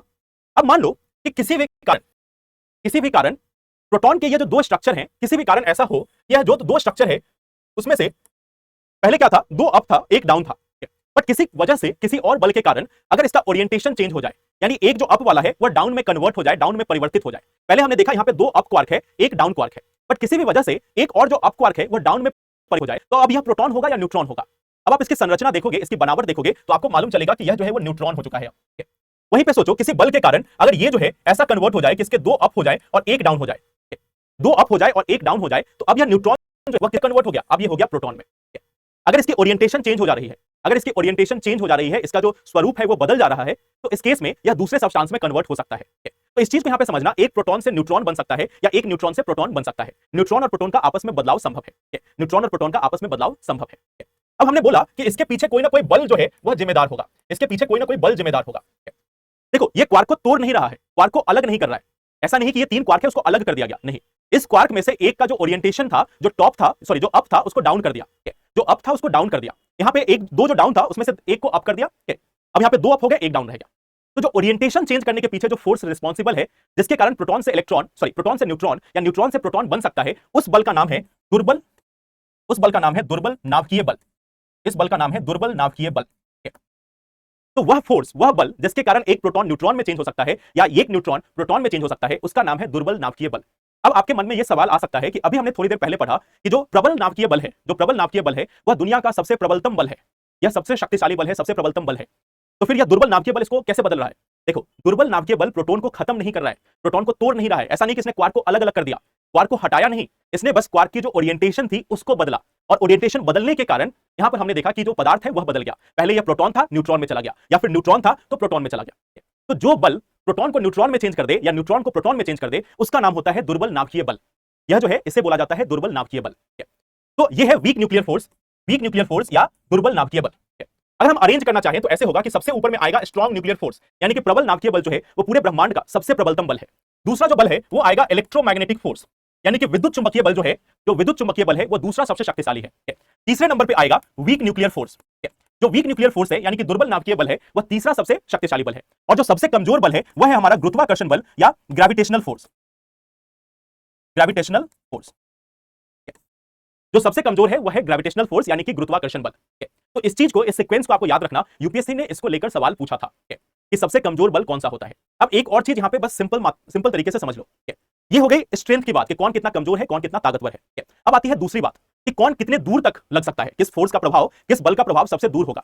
तो सबसे अधिक जो प्रभाव है वह ग्रेविटेशनल का होता है। अगर हम इसकी सीमा की बात करें कि कितने सीमा तक यह प्रभावित कर सकता है, कितने दूर तक यह प्रभावित कर सकता है, तो अगर हम उस हिसाब से बात करें, इसके प्रभाव के हिसाब से बात करें, प्रभाव के हिसाब से बात करें तो सबसे अधिक जो प्रभाव डालेगा, सबसे अधिक जो प्रभाव डालेगा वह है ग्रेविटी। यह जो ग्रेविटी वाला जो है यानी कि गुरुत्वाकर्षण बल है, इसका प्रभाव सबसे अधिक होगा। इसके नीचे आएगा इलेक्ट्रोमैग्नेटिक फोर्स यानी कि विद्युत चुंबकीय बल जो है उसका नंबर दूसरा आएगा, और इसके बाद दोनों आएगा आपका स्ट्रॉन्ग न्यूक्लियर फोर्स और वीक न्यूक्लियर फोर्स। यह दोनों जो है इसका प्रभाव जो है वो बिल्कुल कम पे आता है। तो इनका जो दूरी है, इनकी जो सीमा है वो बहुत ही कम है। आप सोचो एक एटम के अंदर में, एक एटम जिसको आप देख नहीं सकते, उस एटम के नाभिक के अंदर, उस एटम के न्यूक्लियस के अंदर, उसके केंद्र के अंदर में जो प्रोटॉन्स हैं, उस प्रोटॉन के अंदर में जो क्वार्क होगा उसके बीच में यह बल लगता है। यह जो हमारा बल है, नाभिकीय बल है, वो कहां लग रहा है? वो एटम पे भी नहीं लग रहा है, एटम के न्यूक्लियस में भी नहीं लग रहा है। एटम के न्यूक्लियस के अंदर में प्रोटॉन है, वह प्रोटॉन बना है क्वार्क से, और उन क्वार्क के बीच का जो बल है उस बल का नाम है नाभिकीय बल, चाहे वो स्ट्रांग हो या वीक हो, यानी दुर्बल हो या प्रबल हो। तो ये जो बल है ये बहुत ही छोटे स्केल पे, जिसको आप देख नहीं सकते, उस जगह पे लागू होता है। ग्रेविटेशन कहां लागू होता है? जहां तक आप देख भी नहीं सकते वहां पे भी ग्रेविटेशन लागू होता है। जहां तक आप देख भी नहीं सकते वहां भी ग्रेविटेशन लागू होता है, और जो नाभिकीय बल है वो वहां पे लागू होता है जिसको आप देख ही नहीं पाओगे, कितना छोटा जगह है। यानी कि आपके एक स्किन में, आप सोचो आपका एक स्किन का एक छोटा सा टुकड़ा, एक कोशिका, उस कोशिका के अंदर में कई हजारों एटम मौजूद होंगे, कई हजारों परमाणु मौजूद होंगे, हजारों लाखों की संख्या में परमाणु मौजूद होंगे। आप अपनी एक कोशिका को नहीं देख सकते। जैसे आपके ब्लड का एक टुकड़ा गिरता है, उस ब्लड के एक टुकड़े में, एक जो ड्रॉप है, ब्लड के एक ड्रॉप में लगभग 200-250 मिलियन सेल होता है, यानी कि 200-250 20-25 करोड़ कोशिकाएं होती हैं। उन कोशिकाओं के अंदर में एटम होता है, जो अगेन हजारों करोड़ों की संख्या में होंगे। उन एटम के अंदर में न्यूक्लियस होगा, नाभिक होगा, उसके अंदर में प्रोटॉन होगा, और प्रोटॉन के अंदर में क्वार्क होगा। तो आप सोचो कितने छोटे स्केल पे वो काम कर रहा है, मतलब हम सोच नहीं सकते उस छोटे स्केल पे ये काम कर रहा है। और अगर हम ग्रेविटेशन की बात करें तो जहां तक आप सोच भी नहीं सकते वहां तक यह ग्रेविटेशन जो है वो प्रभाव डाल रहा है। तो ये इन दोनों के बीच के सीमा का अंतर है। आई होप ये चारों जो चीजें हैं वह क्लियर है आपको।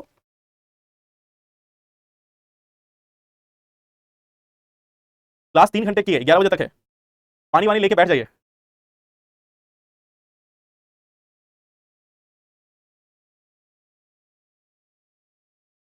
क्वार्क 3 कम ज्यादा हो सकते हैं। देखो क्वार्क अगर कम ज्यादा होंगे ना तो प्रोटॉन इलेक्ट्रॉन, प्रोटॉन न्यूट्रॉन नहीं बनेंगे, बाकी जो अलग अलग जो वस्तुएं हो सकती है वो बन सकती हैं, बट प्रोटॉन इलेक्ट्रॉन जो है वो 3 क्वार्क से बनता है, प्रोटॉन और न्यूट्रॉन।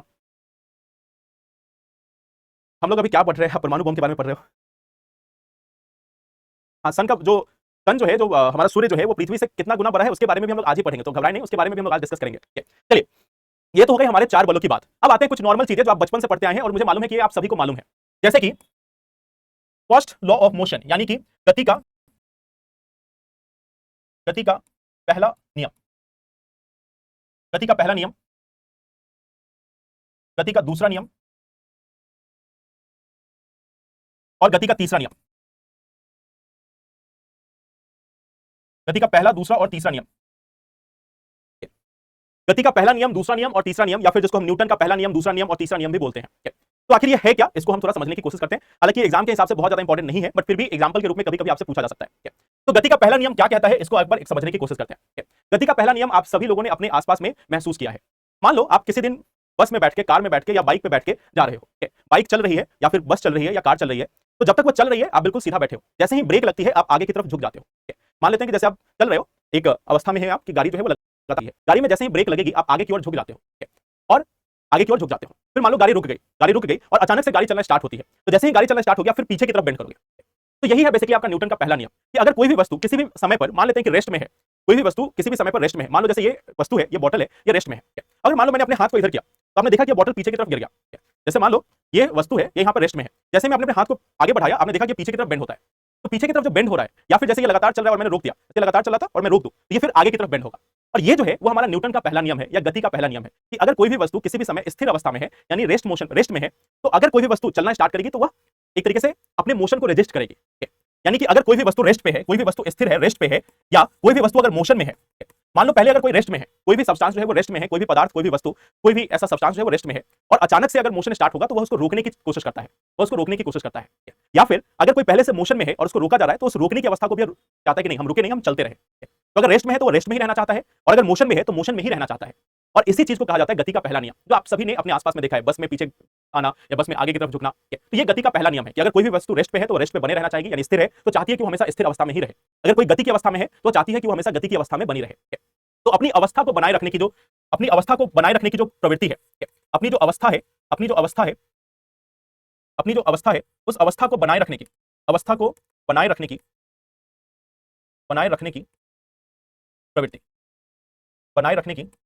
प्रवृत्ति, ये जो है अपनी अवस्था को जो बनाए रखने की जो प्रवृत्ति है, इसी को हम बेसिकली बोलते हैं गति का पहला नियम, कि अगर वो रेस्ट में है तो रेस्ट में रहना चाहती है, मोशन में है तो मोशन में रहना चाहती है। इसी को गति का पहला नियम है। दूसरा नियम क्या कहता है कि मान लो कोई भी वस्तु जो है, एक कॉन्सेप्ट आता है त्वरण का, एक्सेलरेशन का। एक्सेलरेशन या त्वरण, एक्सेलरेशन होता क्या है कि स्पीड कैसे चेंज हो रहा है, यानी किसी भी अगर हम किसी भी वस्तु की बात करते हैं तो उसका जो वेग है, उसकी जो वेलोसिटी है, उसकी जो गति है, वो कैसे परिवर्तित हो रही है समय के अनुसार, वह उसका एक्सेलरेशन या त्वरण कहलाता है। एक्सेलरेशन या त्वरण का मतलब होता है कि कोई भी वस्तु की जो वेग है या उसकी जो गति है वह समय के अनुसार कैसे परिवर्तित हो रही है, कैसे बदल रही है, इसी को हम एक्सेलरेशन कहते हैं या त्वरण कहते हैं। अब गति का दूसरा नियम क्या कहता है कि जो एक्सेलरेशन है, जो त्वरण है, वह वस्तु के द्रव्यमान और वस्तु के ऊपर जो बल लगाया गया है उस पर निर्भर करता है। वस्तु का जो द्रव्यमान है या वस्तु के ऊपर जो बल लगाया गया है उस पर निर्भर करता है।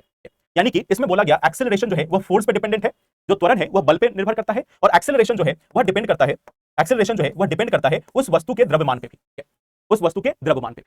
अब इसका एक कॉन्सेप्ट आप इसको जस्ट उल्टा करके देखो कि फोर्स जो है वो एक्सेलरेशन पे डिपेंड करेगा, फोर्स जो है वो मास पे डिपेंड करेगा। जस्ट आप उल्टा करके देखो कि किसी भी वस्तु पे जो बल लगेगा वह उसके एक्सेलरेशन पे यानी कि त्वरण पे और उसके मास यानी कि द्रव्यमान पर निर्भर करेगा। अब ये तो हो गई फिजिक्स के फॉर्मूला की बात। अब आते हैं हम इसके एप्लीकेशन के बारे में। इसका एप्लीकेशन हमें कहां पर देखने को मिलता है? तो आप सभी को मालूम है आईपीएल का सीजन चल रहा है, आपने देखा होगा जो अलग अलग जो फील्डर्स है वो कैच लेते हैं। जब भी वो कैच लेते हैं तो अपने हाथ को पीछे की तरफ खींचते हैं। जब भी वो बॉल को कैच करते हैं तो बॉल से हाथ को पीछे की तरफ खींचते हैं। तो आखिर हाथ को पीछे की तरफ खींचने का कारण क्या है? कि मान लो अगर वो कैच लेकर वहीं पे अपने हाथ को बनाए रखे तो उनके हाथ पे बॉल ऊपर से आ रही है, बहुत ही वेग से, बहुत ही गति से बॉल उनके हाथ पे आ रही है, और अगर उन्होंने अचानक से उस बॉल को रोक दिया, इंस्टेंटली उस बॉल को वहीं पे रोक दिया, तो पूरा का पूरा जो बल है वो उनके हाथ पर एक ही बार में लग जाएगा। पूरा जो बल है वो एक ही बार में उनके हाथ पर लगेगा, उनके हाथ में चोट लग सकती है और फिर एक मैच के बाद अगले 10 मैचों के लिए वो बाहर हो जाएंगे। तो ये एक समस्या होती है। अब इस समस्या से बचने का उपाय क्या है कि जैसे ही बॉल आ रही है, बॉल की कुछ गति है, तो बॉल को उसी समय ना रोककर बॉल को धीरे धीरे रोकते हैं। धीरे धीरे रोकने से क्या हुआ, बॉल एक ही बार में नहीं, धीरे धीरे करके रुकी तो जो बल है वो एक बार में लगकर धीरे धीरे कम होता जाएगा। जो बल है वो एक ही बार में पूरा नहीं लगेगा, वो धीरे धीरे कम होता जाएगा और इसके कारण हाथ में जो चोट, बहुत अधिक चोट लगने की जो संभावना है वह कम हो जाती है। तो फोर्स किस चीज पे डिपेंड किया? एक्सेलरेशन पे। गति को अगर हमने तुरंत रोक दिया, गति को अगर हमने तुरंत रोक दिया तो एक्सेलरेशन ज्यादा होगा। अगर हमने गति को तुरंत शून्य कर दिया कि मान लो बहुत तेज से बॉल आ रही है, उसको हमने एक बार में रोक दिया कि तो क्या हुआ? एक हाई स्पीड यानी बहुत तेज आवेश, बहुत तेज गति से आ रही बॉल को एक ही बार में हमने जीरो कर दिया। तो जीरो करने का मतलब अब ये एक्सेलरेशन यहाँ पे बहुत ही हाई होगा, एक्सेलरेशन जो है वो बहुत ही हाई होगा। तो इस चीज को रोकने के लिए यानी त्वरण को कम करने के लिए हम टाइम देते हैं। त्वरण जो है वो टाइम के लाइक जितना अधिक टाइम होगा उतना कम एक्सेलरेशन होगा, जितना अधिक टाइम उतना कम एक्सेलरेशन। यहाँ पे हमने टाइम बढ़ा दिया, हाथ को पीछे लिया, इसमें टाइम बढ़ गया और टाइम जैसे ही बढ़ा अब त्वरण जो है, एक्सेलरेशन जो है वो कम हो गया और अल्टीमेटली हाथ में चोट कम लगेगी। एक और एग्जांपल आप देख सकते हो। एक और एग्जांपल क्या है? एक और एग्जांपल क्या है कि मान लेते हैं, आपने देखा होगा कई बार लोग हाई जंप करते हैं, हाई जंप जो ऊंची छलांग वाले जो लोग हैं, जो ऊंची छलांग लगाते हैं, तो हाई जंपिंग में क्या होता है कि जिस साइड वो कूदते हैं, जिस साइड वो कूदकर नीचे की तरफ आएंगे, आपने देखा होगा वहां पे गद्दा लगा होता है या वहां पे बालू रखा होता है, बालू रखा होगा या गद्दा रखा होगा। मान लो वहां पे बालू गद्दा ना हो, कंक्रीट फ्लोर लगा दे, सिर्फ वहां पे टाइल्स बिछा दे या फिर वहां पे पत्थर रखी हो या कुछ भी रखी हो, तो अब क्या होगा कि अगर वह खिलाड़ी वो सीधे फर्श पे आके गिरता है, सीधे फर्श पे आकर गिरता है जिस पे कुछ भी नहीं लगाया गया हो, तो अगली बार फिर वो ऊंची छलांग लगा ही नहीं पाएगा, हाई जंपिंग में जा ही नहीं पाएगा कि उसका बोन जो है, उसकी हड्डियां जो है वो टूट जाएंगी। तो अब इसको रोकने के लिए क्या किया जाता है कि उधर साइड में, दूसरे साइड में स्पंज लगाया जाता है, गद्दे लगाए जाते हैं, ताकि जब वो व्यक्ति ऊपर से गिरेगा तो पूरा बल जो है वो एक ही बार में नहीं लगेगा। गद्दे पे गिरने का मतलब वो नीचे तक जाएगा, गद्दा जो है वो धसेगा, वह चेंज करेगा, जो स्पंज है वो नीचे की तरफ जाएगा और उस व्यक्ति पे, उस खिलाड़ी पर एक ही बार में पूरा जो आवेश, पूरा जो बल है वो एक ही बार में उसके शरीर पे नहीं लगेगा, पर धीरे धीरे लगेगा। और जब धीरे धीरे लगेगा तो उस व्यक्ति को जख्मी होने की संभावना जो है वो कम हो जाती है, उस खिलाड़ी की जो जख्मी होने की संभावना है वह कम हो जाती है। तो इसी चीज को न्यूटन के दूसरे गति के नियम के माध्यम से आप समझ सकते हो कि एक्सेलरेशन अधिक होगा तो बल अधिक लगेगा, इसीलिए एक्सेलरेशन को कम किया जाता है, त्वरण को कम किया जाता है ताकि बल कम लगे, फोर्स जो है वो कम लगे। और यही चीज न्यूटन के दूसरे नियम में कहा जाता है। आई होप ये दोनों क्लियर है आपको।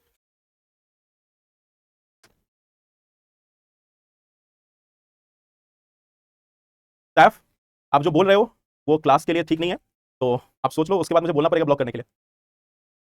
देखिए जो लोग बाकी बातें कर रहे हैं, मैं एक बार बात करता हूँ इंस्टीट्यूट में कि आप लोगों के लिए एक स्पेशल चैट मंच दे दिया जाए जिसपे आप बाकी सभी बातें करें, क्योंकि आप क्लास में तो बाकी और कुछ करते नहीं है। फॉर्मूला उल्टा कहाँ लिखा है? ये जो फॉर्मूला उल्टा लिखा है उसके बारे में बोल रहे हो? फॉर्मूला दोनों तरफ से लिखा जाता है बाबू।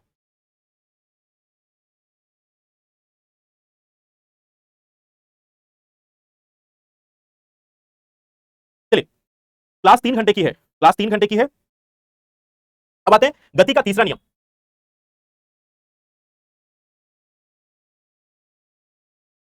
गति का तीसरा नियम, गति का तीसरा नियम क्या कहता है? न्यूटन थर्ड लॉ, जिसको आप सभी ने कई बार उल्टे तरीके से समझा है। उल्टे तरीके से आपने इस तरीके से समझा है कि आप हमेशा बोलते हो कि न्यूटन का तीसरा नियम लगाएंगे कि हर एक्शन का इक्वल और अपोजिट रिएक्शन होता है, कि हर क्रिया की एक प्रतिक्रिया होगी, बट ये क्रिया की प्रतिक्रिया आपको देनी नहीं होती, वो क्रिया की प्रतिक्रिया ऑटोमेटिक हो जाती है। तो चलिए,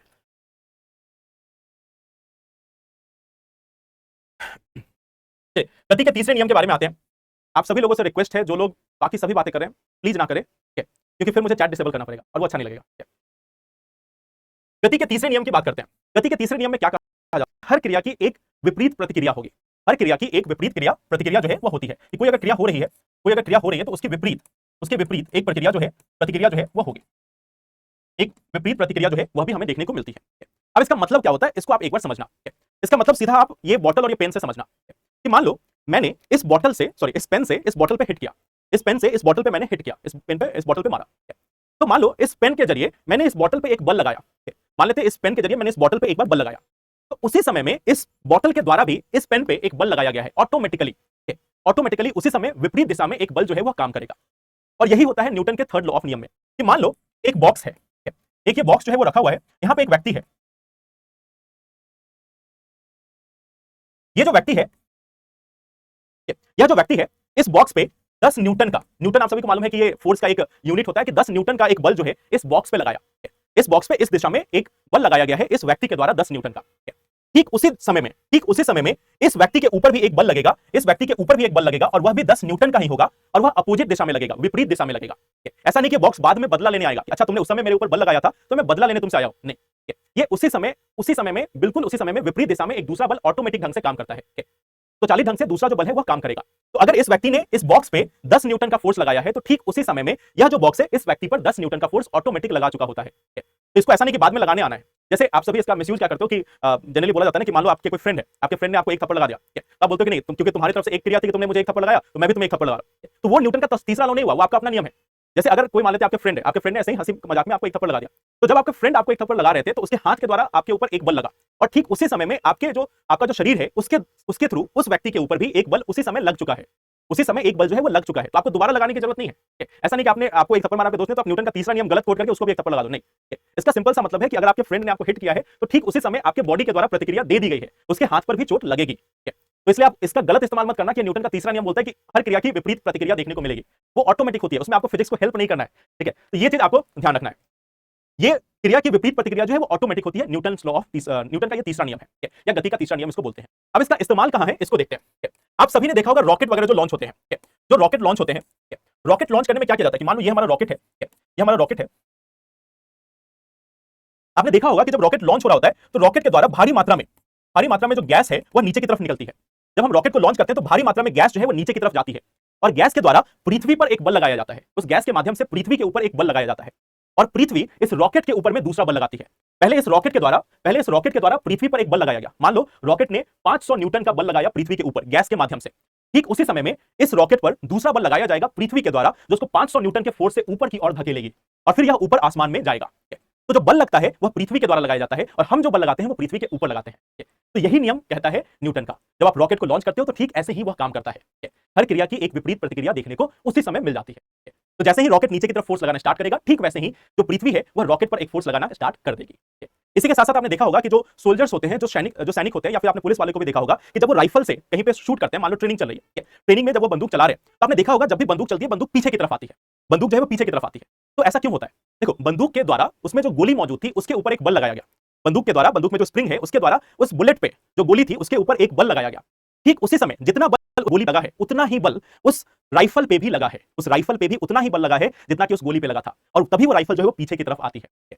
अब हर एक बॉडी का अपना अपना मास होता है, उसके ऊपर जो फोर्स है, हमने क्या देखा, फोर्स किस चीज पे डिपेंड करता है? फोर्स डिपेंड करता है मास पे, फोर्स जो है वो मास पे डिपेंड करता है, फोर्स जो है वो मास पे डिपेंड करता है। तो कितना मास है इस पे डिपेंड करेगा कि फोर्स कितना है। तो देखो, और एक्सेलरेशन, गति जो है, जो गति है वह किस पे डिपेंड करेगी? इनवर्सली डिपेंड करती है मास पे। अभी हमने न्यूटन के सेकंड लॉ में देखा ना कि ए जो है वो इनवर्सली है। तो जो छोटी वस्तु है, मान लो बुलेट है, छोटी जो वस्तु है बुलेट है, उसका मास बहुत कम है, तो उसका एक्सेलरेशन या स्पीड बहुत तेजी से बढ़ेगा और गोली जो है वो काफी तेजी से आगे निकल जाएगी। लेकिन जो बुलेट, जो राइफल है, उसका वजन अधिक है, राइफल का वजन अधिक है, तो उस पे जो एक्सेलरेशन होगा वो कम हो जाएगा। तो इसी के लिए राइफल सेम गति से पीछे नहीं जाती। मान लो अगर दोनों पे सेम लगने लगे तो फिर क्या होगा? अगर कोई राइफल से शूट करेगा तो जितना तेजी से बुलेट जाएगी उतनी ही तेजी से पीछे राइफल जाता। तो फिर जो गोली चलाते हैं उन्हीं को दिक्कत था कि गोली चलाएं या ना चलाएं। तो यहाँ पे क्या होता है, एक्सेलरेशन डिपेंड करता है मास पे। एक्सेलरेशन जो है उसका जो त्वरण है वह किस चीज पर निर्भर करेगा? मास पे। तो अगर मास कम है तो बहुत तेजी से आगे की तरफ बढ़ जाएगी, और मास अधिक है तो उस पर एक्सेलरेशन कम होगा। तो ये न्यूटन का तीसरा नियम और दूसरा नियम लगा के आप उसको भी सॉल्व कर सकते हो। अब देखो, ठीक वैसे ही रॉकेट के द्वारा पृथ्वी को नीचे की ओर धकेला जाता है, बट ऐसा तो है नहीं कि पृथ्वी अपनी कक्षा से हट जाएगी, पृथ्वी अपनी कक्षा पे रहेगी, पृथ्वी जहां वहीं पे रहेगी, लेकिन रॉकेट ऊपर की तरफ चला जाएगा। क्यों? रॉकेट का जो मास है, रॉकेट का जो द्रव्यमान है वो पृथ्वी की, तो पृथ्वी वहीं पे रहेगी, रॉकेट आसमान में चला जाएगा। तो ये न्यूटन का दूसरा और तीसरा नियम लगाकर आप समझ सकते हैं कि हमारे आसपास में चाहे वो गन हो या फिर रॉकेट हो, उसको कैसे लॉन्च किया जाता है। आई होप ये भी क्लियर है आपको।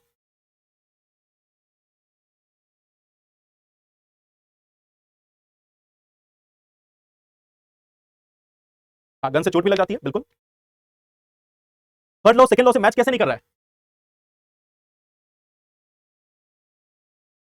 गिल्ली डंडा में भी यही होता है, बिल्कुल।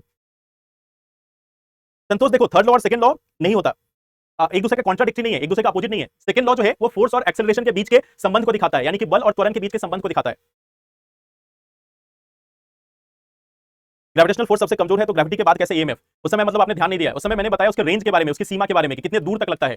एक साइड में लिखा हुआ था उसके शक्ति के बारे में कि कौन सबसे शक्तिशाली है, जिसमें हमने देखा पहले स्ट्रॉन्ग, फिर इलेक्ट्रोमैग्नेटिक, फिर वीक न्यूक्लियर, और फिर आया था ग्रेविटेशन। इधर जो हमने दूसरे साइड में लिखा था उसमें लिखा था कि उसकी सीमाएं कहां तक है। तो ग्रेविटेशन बल जो है, जो गुरुत्वाकर्षण बल है, उसकी सीमाएं जो है वो लगभग अनंत के बराबर है, उससे थोड़ी कम होती है इलेक्ट्रोमैग्नेटिक या विद्युत चुंबकीय बल की, और जो बाकी जो नाभिकीय बल है उसकी सीमा जो है वो काफी कम होती है। फर्स्ट लॉ का एप्लीकेशन तो आप डेली देखते हो, जब आप बस में आगे की तरफ झुक जाते हो या पीछे की तरफ झुक जाते हो, तो ये आपका फर्स्ट लॉ का एप्लीकेशन है डे टू डे लाइफ में।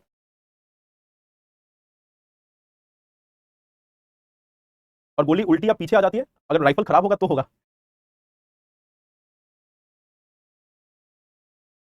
एक्सेलरेशन का मतलब होता है कि स्पीड टाइम के अनुसार कैसे बदल रहा है। एक्सेलरेशन या त्वरण का मतलब होता है कि स्पीड टाइम के अनुसार कैसे बदल रहा है। गति का दूसरा नियम, चलो गति का दूसरा नियम मैं एक बार फिर से बता दे रहा हूं। गति का सेकंड नियम, गति का सेकंड नियम क्या है इसको बता देता हूं।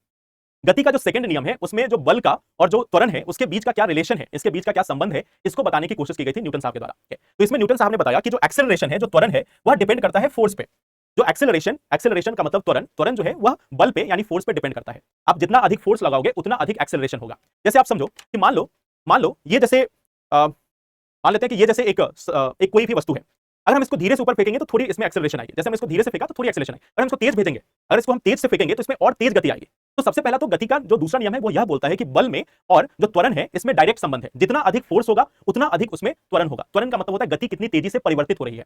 जैसे आपने देखा होगा ना, कुछ गाड़ियों में क्या होता है कि 0 से 60 किलोमीटर पर आवर की स्पीड में आने में उनको 4-5 सेकंड लगते हैं। कुछ गाड़ियां होती हैं जिसको 0 से 60 किलोमीटर पर आवर आने में 10 मिनट भी लग जाते हैं। तो ये उनके एक्सेलरेशन को दिखाता है। कोई बहुत तेजी, बहुत जल्दी, बहुत ही कम समय में अगर बहुत अधिक स्पीड को अक्वायर कर लेती है या बहुत अधिक स्पीड से 0 पे आ जाती है तो उसको एक्सेलरेशन या डी एक्सेलरेशन कहा जाता है। बट उसका पॉजिटिव और नेगेटिव एक्सेलरेशन के रूप में मानो कि मान लो कोई एक वस्तु है जो 90 किलोमीटर पर आवर की स्पीड से चल रही है, 90 किलोमीटर प्रति घंटा की स्पीड से चल रही है, और इसको एक ही बार में अगर हमने 1 सेकंड के अंदर में इसको 0 पे ला दिया, 1 सेकंड के अंदर में हमने अगर इसको 0 पे ला दिया तो इसका मतलब हमने इस पे बहुत अधिक बल लगाया है। हमने इस पे बहुत अधिक बल लगाया है। तो यहाँ पे एक्सेलरेशन क्या होगा कि 90 से एक ही बार में 90 माइनस 0/1 या 90, मान लो इसको 90 मीटर पर सेकंड कर देते हैं, इसको 90 मीटर पर सेकंड कर देते हैं। ये 90 मीटर पर सेकंड के हिसाब से चल रही थी और एक ही बार में हमने इसको 0 कर दिया, तो 90 माइनस 0/1 यानी 90 मीटर पर सेकंड स्क्वायर, ये इसकी हो गई एक्सेलरेशन।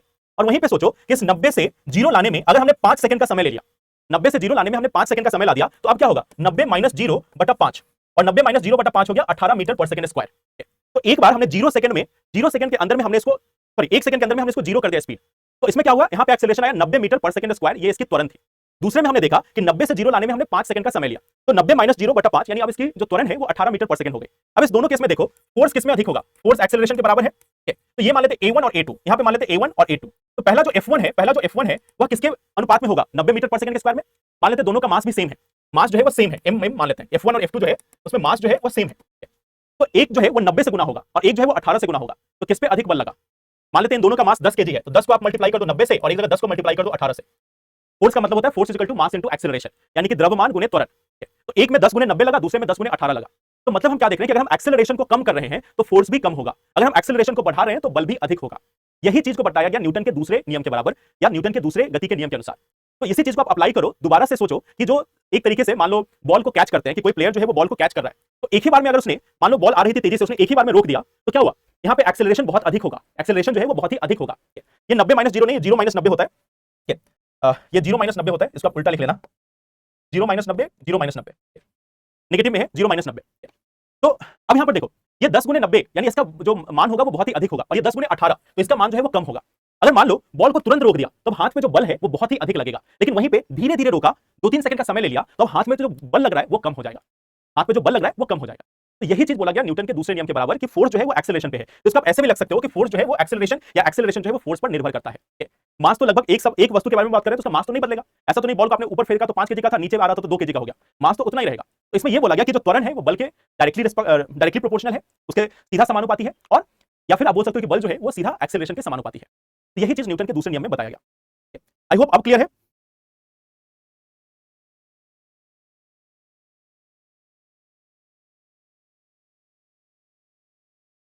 तो स्लैप में मैं पता था तुम ये क्वेश्चन जरूर पूछोगे कि स्लैप वाले एग्जांपल में जिसको स्लैप लगता है उसको अधिक चोट लगती है। अब देखो आप वो डिपेंड करता है ना कि आप कहां पे स्लैप लगा रहे हो, ठीक है। मान लो अगर उसने आपके पैर पे स्लैप लगाया तो हो सकता है उसके हाथ में ज्यादा चोट लग जाए, ठीक है, क्योंकि आपका पैर जो है वो मजबूत होगा। जनरली क्या होता है कि जब आपको जो थप्पड़ मारते हैं तो जनरली लोग आपके गालों पे थप्पड़ मार देते हैं। अब गालों पे जो त्वचा है वो थोड़ी कोमल होती है, तो यहाँ पे इसके कारण आपको लगता है कि चोट ज्यादा लगा है। चोट बराबर लगती है, आपकी सहने की जो क्षमता है वो अलग अलग जगहों की अलग अलग होती है। चोट तो उतनी लगती है बट आपकी हर जगह सहने की जो क्षमता है वो अलग अलग होती है।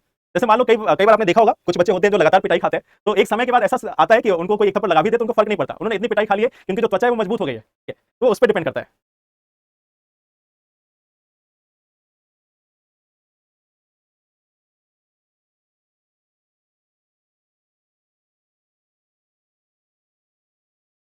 चलिए अब आते हैं ये न्यूटन के 3 नियम के बाद एक और जो नियम है, सॉरी एक और जो बल है वो है हमारा घर्षण का बल या जो फ्रिक्शनल फोर्स है, इसके बारे में थोड़ा जान लेते हैं।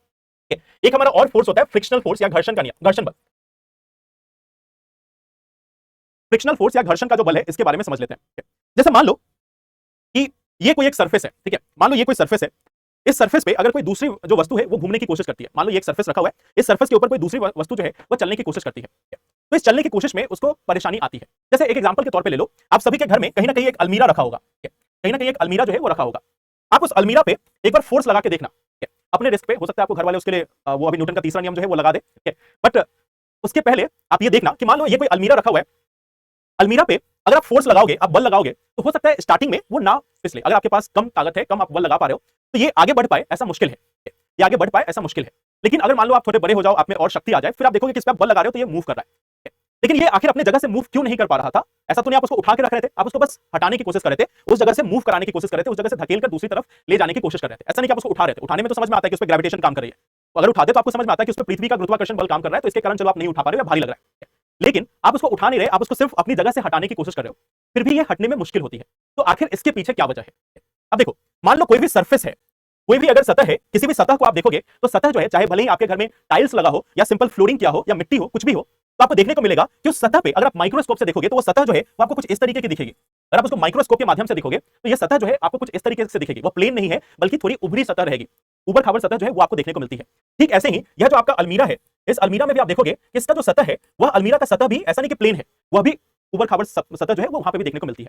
अब यह दोनों जब एक दूसरे के ऊपर में है तो एक इंटरलॉकिंग पैटर्न बन जाता है। ये दोनों आपस में लॉक हो जाते हैं। ये दोनों आपस के इनके जो अलग अलग जो इस तरीके जो विकृतियां हैं, ये जो एक तरीके से आप जो ऊबड़ खाबड़ सतह देख रहे हैं वो आपस में एक करके फिट हो जाते हैं। एक इंटरलॉकिंग का पैटर्न बन जाता है। अब जैसे वो इंटरलॉकिंग पैटर्न बन गया, अब जब आप उस पर धक्का लगा रहे हो तो उस इंटरलॉकिंग पैटर्न को तोड़ पाना मुश्किल होता है और इसी के लिए आपको अधिक बल लगाने की जरूरत पड़ती है। और यह इंटरलॉकिंग पैटर्न के कारण ही जो बल लगता है वह फ्रिक्शनल फोर्स कहलाता है। इस सतह पर जो मौजूद जो ये सतह जो है, जो ऊबड़ खाबड़ सतह है, इसके कारण जो बल लगता है उसी को हम घर्षण का बल करते हैं या फ्रिक्शनल बोलते हैं। सतह पर घर्षण के कारण जो बल लगता है या सतह पर जो मौजूद जो विकृतियां हैं उसके कारण जो फोर्स लगता है उसको हम फ्रिक्शनल फोर्स कहते हैं। आप यहीं पे काम करो, इसी सतह पर नीचे में ऑयल लगा दो, यानी कि आप इस पूरे सतह पर तेल डाल दो और तेल डालने के बाद फिर आप कोई भी भारी वस्तु है उसको आप धक्का देने की कोशिश करो।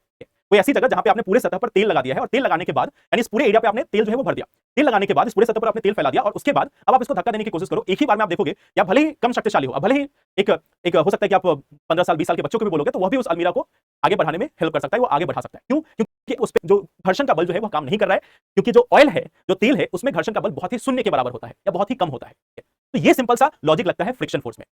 ये सिंपल सा जो कॉस्ट है, ये सिंपल सा कॉन्सेप्ट जो है वो लगता है घर्षण बल में। सतह पर जो विकृतियां मौजूद हैं इस तरीके की, इसके कारण ही घर्षण जो है वो लगता है। आपने एक चीज और देखा होगा कि जब आप पहली बार किसी चीज पे धक्का दे रहे हो और जब तक वो हिला नहीं अपनी जगह से, तब तक आपको अधिक बल लगाना पड़ता है। लेकिन जैसे ही वो वस्तु वहां से हिल गई, उसके बाद आप देखोगे कि उस पे लगने वाला जो बल है वो कम हो जाता है। जैसे वो चलना स्टार्ट हो गई, अब आपको लगेगा कि नहीं, अब जो है वो कम शक्ति लगानी पड़ रही है। तो क्यों कम शक्ति लगानी पड़ेगी? क्योंकि एक बार जब आपने इंटरलॉकिंग पैटर्न को तोड़ दिया, ये जो पैटर्न बना था, ये जो उनके बीच में इंटरलॉकिंग बनी थी, इस इंटरलॉकिंग को आपने एक बार तोड़ दिया, तो तोड़ने के बाद अब आप उसको आसानी से आगे बढ़ा सकते हो। तो जब तक वो गति में है फिर उसको आसानी से बढ़ा सकते हो। जैसे ही फिर आप रुक गए कि चलो थोड़ी देर सांस लेते हैं, उसके बाद फिर धक्का देंगे, तो जैसे आप रुक गए फिर अब इंटरलॉकिंग पैटर्न बन जाएगा, फिर अब वहां पे इंटरलॉकिंग पैटर्न बन जाएगा और फिर आपको अधिक बल लगाना पड़ेगा। तो ये सीधा सा कॉन्सेप्ट काम करता है फ्रिक्शन फोर्स में। सरफेस में जो मौजूद जो विकृतियां हैं, इस पे जो मौजूद रफनेस है, इसके कारण फ्रिक्शन फोर्स या जो घर्षण का बल है वह लगता है। जो सरफेस जितना प्लेन होगा उस पर फ्रिक्शन फोर्स उतना कम काम करेगा। अब यह फ्रिक्शन फोर्स हमारे जीवन में बहुत ही उपयोगी है, बहुत ही ज्यादा उपयोगी है फ्रिक्शन फोर्स। कैसे उपयोगी है आप इसको देखो। मान लो ये जो डिजिटल बोर्ड है, ये जो डिजिटल बोर्ड है आपको देखने से लगेगा कि बहुत ही स्मूथ है, बहुत ही प्लेन है, लेकिन इस डिजिटल बोर्ड पे या आप अपने कॉपी पे या अपने बुक पे या कहीं पे अगर लिख पाते हो तो उसको लिखने की जो प्रक्रिया है वो तभी हो सकती है जब उस सरफेस में कुछ ना कुछ ऐसी रफनेस हो। अगर सरफेस बिल्कुल चिकना है, अगर सरफेस बिल्कुल चिकना है, जैसे आप प्लास्टिक के शीट पर लिखने की कोशिश करो, प्लास्टिक के शीट पर आप लिखने की कोशिश करो, आप नहीं लिख पाओगे। क्यों नहीं लिख पाते? क्योंकि प्लास्टिक की शीट जो है वो इतनी चिकनी है कि उस पर आप लिखना चाहो तो बहुत ही मुश्किल है। लेकिन वहीं पे आप कागज पे लिखना चाहो तो आप आसानी से लिख पाते हो। क्यों? क्योंकि कागज में फ्रिक्शन जो है वो है, घर्षण जो है वो वहां पे मौजूद है। तो जब भी हम लिख पाते हैं, जब भी हम लिख पाते हैं, जैसे कागज पर लिखना, कागज पर लिखना, कागज पे जो हम लिख पाते हैं वो इसीलिए मौजूद है या इसीलिए पॉसिबल है क्योंकि इसमें फ्रिक्शन जो है वो काम करता है। जब हम गाड़ी में ब्रेक लगा पाते हैं, जो हम गाड़ी में ब्रेक लगा पाते हैं, गाड़ी में जो हम ब्रेक लगा पाते हैं वो ब्रेक क्यों लगता है? क्योंकि फ्रिक्शन फोर्स जो है वो मौजूद है। अगर फ्रिक्शन फोर्स मौजूद ना हो तो गाड़ी में ब्रेक नहीं लगा पाओगे, फिर आप गाड़ी चला नहीं पाओगे। सोच कर देखो कि जिस तरीके से हम लोग रोड पे चलते हैं, अगर रोड बिल्कुल स्मूथ हो, या मान लो आप किसी दिन एक बार ट्राई करना कि पूरे घर अपने रिस्क पे, वो आपके उसके बाद आपके घर वाले भी आपकी पिटाई कर सकते हैं, वो अलग से हो सकती है, बट आप अपने रिस्क पे कभी ट्राई करना कि पूरे सरफेस पे आप ऑयल जो है, पूरे सरफेस पे एक बॉटल तेल लेके आओ और पूरे सरफेस पे उस पे ऑयल लगा दो और उसके बाद आप उस पे चलने की कोशिश करो, आप उस पे चल नहीं पाओगे। तो जो वॉकिंग है, सतह पर चल पाना, सतह पर चल पाना, यह इसीलिए पॉसिबल है क्योंकि इसमें फ्रिक्शन है। देखो, फ्रिक्शन के बारे में बोला जाता है, घर्षण के बारे में बोला जाता है कि यह गति के विरोध में है, गति को अवरुद्ध करता है। जो घर्षण बल है वो गति को अवरुद्ध करता है। लेकिन आप सोच कर देखो कि अगर फ्रिक्शन फोर्स ना हो तो क्या हम चल पाएंगे? तो गति में जो अवरोध होती है, गति में जो अवरोध होती है वह गति के लिए ही जरूरी है, नहीं तो हम इस गति से चलेंगे कि फिर कहीं नहीं पहुंच पाएंगे। तो गति में जो अवरोध है, जो घर्षण बल जो है, वह हमारे चलने के लिए, वह हमारी गाड़ियों को चला पाने के लिए, लिखने के लिए या कोई भी ऐसे काम करने के लिए बहुत ही जरूरी है। अगर ना हो तो फिर हम कोई काम नहीं कर पाएंगे। घर्षण बल के बहुत नुकसान है। घर्षण बल के नुकसान है, जैसे आपने देखा होगा कि जब पंखा चलता है, पंखा का काम क्या है? पंखा का काम है आपको ठंडी हवा देना। पंखा जो है आपको ठंडी हवा देने के लिए या फिर हवा के घुमाने के लिए है और ठंडी हवा ऑटोमेटिकली आ जाती है। लेकिन आपने देखा होगा पंखा चलते चलते गर्म हो जाता है, उस गर्म होने के पीछे भी फ्रिक्शन रिस्पॉन्सिबल है, रेजिस्टेंस भी रिस्पॉन्सिबल है, फ्रिक्शन भी रिस्पॉन्सिबल है। कोई मशीन लगातार चल रही है तो उसमें घर्षण होता है, घर्षण के कारण वो खराब होती जाती है। जो गाड़ी के जो पहिए हैं, गाड़ी के जो चक्के हैं वो भी खराब होते हैं फ्रिक्शन के कारण, घर्षण के कारण। तो हाँ, हमें घर्षण के कारण बहुत नुकसान उठाना पड़ता है। गाड़ी के जो पहिए हैं वो चलने पे हैं, जो अलग अलग जो सामान है वो खराब होते हैं। बट इसके साथ साथ अगर ये घर्षण का बल ना हो, फ्रिक्शन फोर्स ना हो, तो फिर हमें ये सारी चीजें पॉसिबल ही नहीं हो सकती कि हम गाड़ी चला पाए। मान लो आपने एक गाड़ी खरीदी और उसमें ब्रेक लगे ही नहीं, तो फिर क्या फायदा? I hope clear. क्या मून में फ्रिक्शन ग्रेविटी नहीं होता? आप खुद सोचकर देखो, क्या मून का सरफेस प्लेन है? क्या मून का जो सरफेस है क्या वो प्लेन होगा? जो सतह है क्या मून की वह क्या समतल है? मून की सतह पर पृथ्वी की तुलना में कहीं अधिक गड्ढे बने हुए हैं, कहीं अधिक ज्यादा फ्रिक्शन होगा, तो वहां पे भी फ्रिक्शन काम करेगा। ग्रेविटेशन, गुरुत्वाकर्षण क्यों नहीं होगा? हमने गुरुत्वाकर्षण के बारे में क्या बोला कि चलो आप चंद्रमा को छोड़ दो, यह जो कलम है इसमें भी एक गुरुत्वाकर्षण का बल होगा। वह शून्य के बराबर हो सकता है लेकिन होगा। तो चंद्रमा तो इससे कई गुना बड़ी है। हर एक वस्तु जिसमें द्रव्यमान है उसमें ग्रेविटेशनल फोर्स होगा ही होगा, चाहे वो छोटी से छोटी वस्तु हो या बहुत बड़ी वस्तु हो। कितना गुरुत्वाकर्षण बल है ये अलग बात है। जो बड़ी वस्तु होगी उसमें बहुत ही अधिक गुरुत्वाकर्षण बल शून्य के बराबर होगा, लेकिन होगा। तो इसको हम जीरो मान लेते हैं, बट जीरो है या 0.0000000001, लेकिन है। तो ये सीधी सी बात है कि अगर किसी वस्तु में मास है तो उसमें ग्रेविटी है। मून पे धब्बे क्यों है? मून पे धब्बे नहीं, गड्ढे।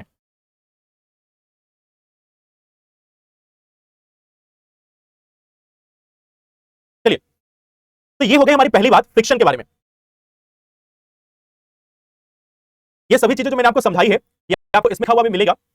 ये हमारा पहला कॉन्सेप्ट है, पहला जो चैप्टर है फिजिक्स का वह है बल के बारे में, अलग अलग जो बल है उसके बारे में था, और इसके साथ साथ बल के बारे में था, और साथ ही साथ जो गति का नियम है इन सभी के बारे में था। जो हमारा दूसरा कॉन्सेप्ट है फिजिक्स में वह है ब्रह्मांड के बारे में। हमारा जो ब्रह्मांड है इसके बारे में,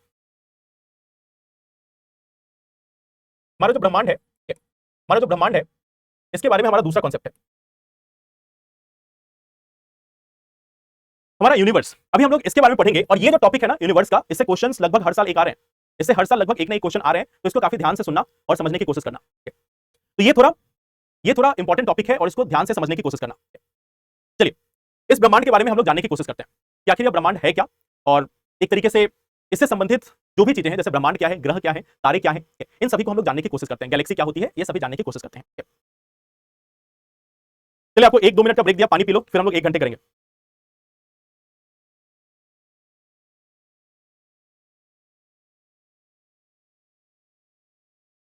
आज जो लोग बोल रहे हैं कि सर 1 घंटे 2 घंटे लीजिए, बिल्कुल 1 घंटे 2 घंटे लेंगे। बस आपको एक काम, आपको बस एक बार अपने पापा से ये बात करानी है कि सर को बोल दो कि हमें 3 घंटे ना पढ़ाए, हमें बस 1 ही घंटे पढ़ाए। 1-2 मिनट का बस ब्रेक है, क्या पानी ले लो, उसके बाद फिर हम लोग ब्रह्मांड को स्टार्ट करेंगे। तो जो लोग बोल रहे हैं कि खाना नहीं खाए या फिर एक घंटे पढ़ाइए, 2 घंटे पढ़ाइए, बस आपको एक बार अपने घर पे फोन करना है और पापा को ये बोलना है कि सर 3 घंटे पढ़ा रहे हैं, हमें 1 ही घंटा पढ़ना है।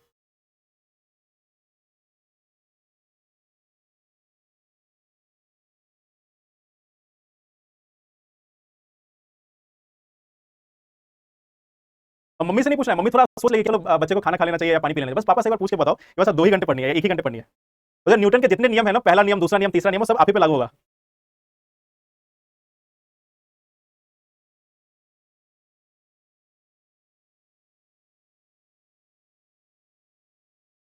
देखो अब सही आ गया, 5 घंटे पढ़ाइए, ठीक है।